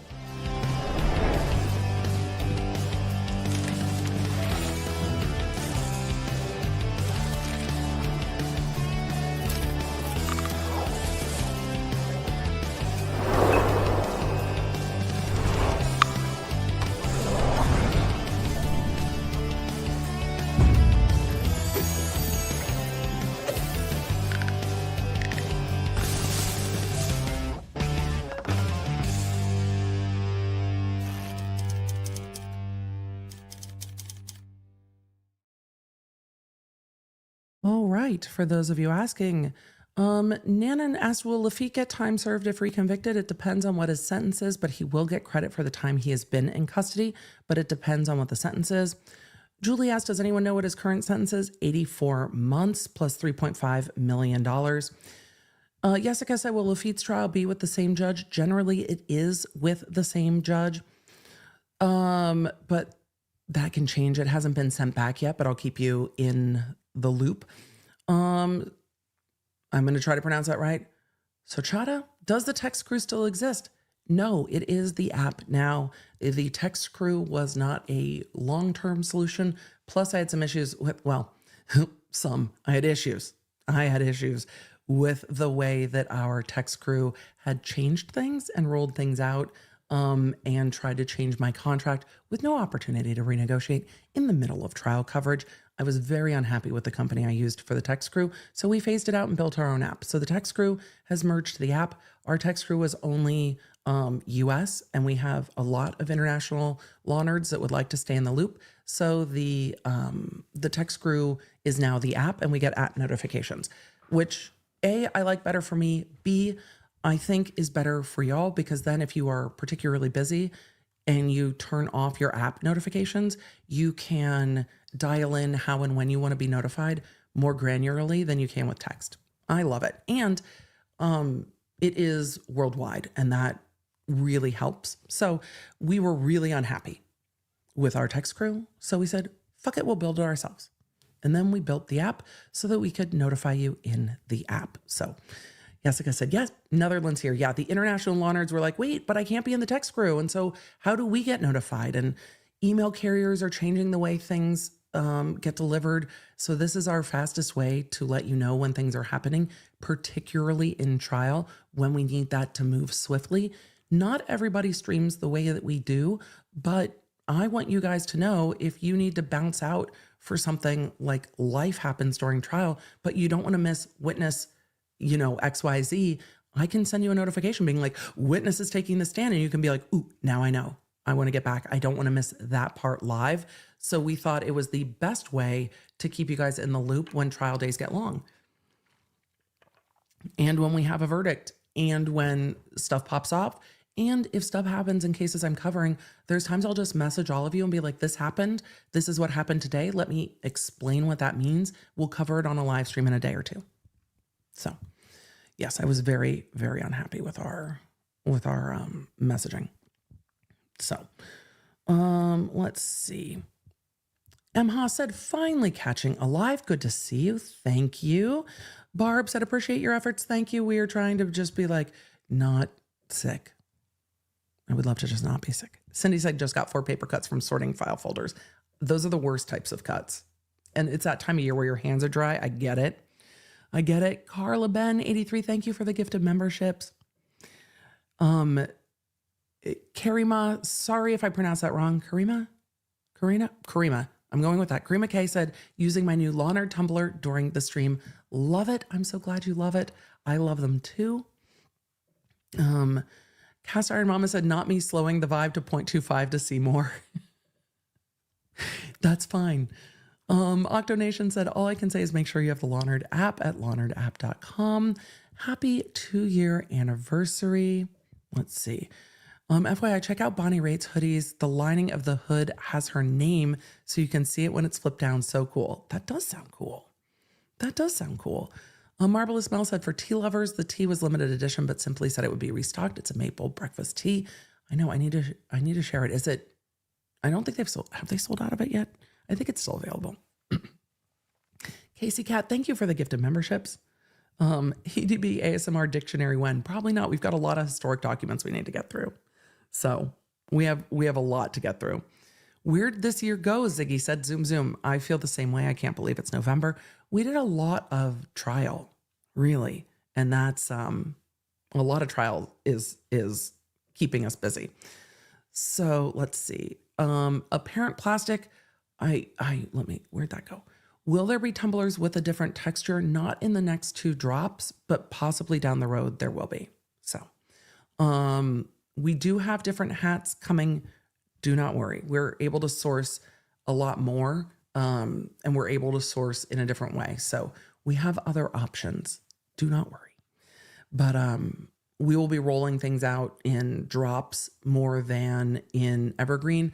I will talk to you guys more about the shop as we drop it, but there will be different ways that we are rolling things out, and then we will go by what you guys love the most, and then we'll go from there.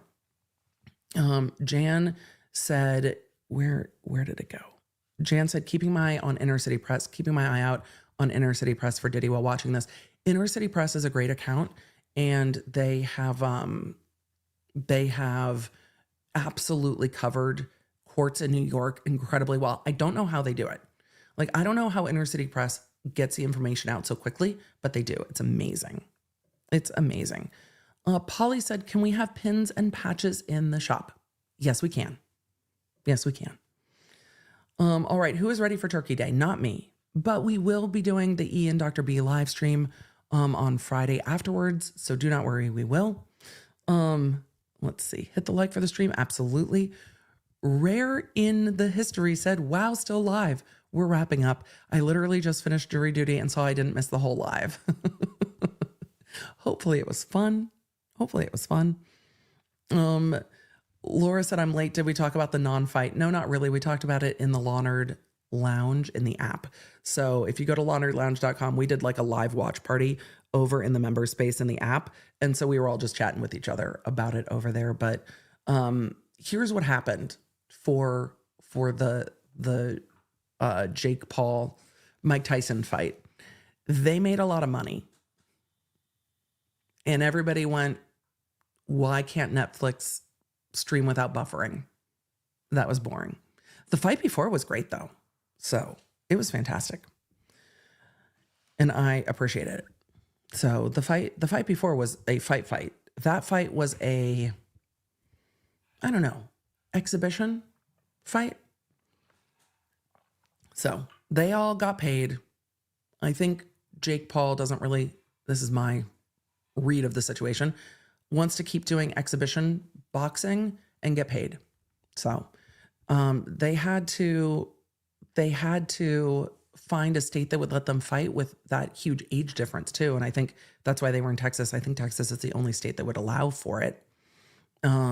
Because generally there are restrictions on fights, like lots of restrictions on fights. So again, I think Jake Paul's boxing is exhibition boxing, and that he's looking for fights that are going to make money, not for fights that are like good fights. So that. Casey Cat said, I'm very close to dumping StreamYard. It's been difficult to use. We are working on a different solution as well. Boppet said, I freely admit I do fall asleep to EDB trials. Oh, I know how it is. That is fine. That is, yes. Anne asked, will the super streams send out notifications or just exist for us to play?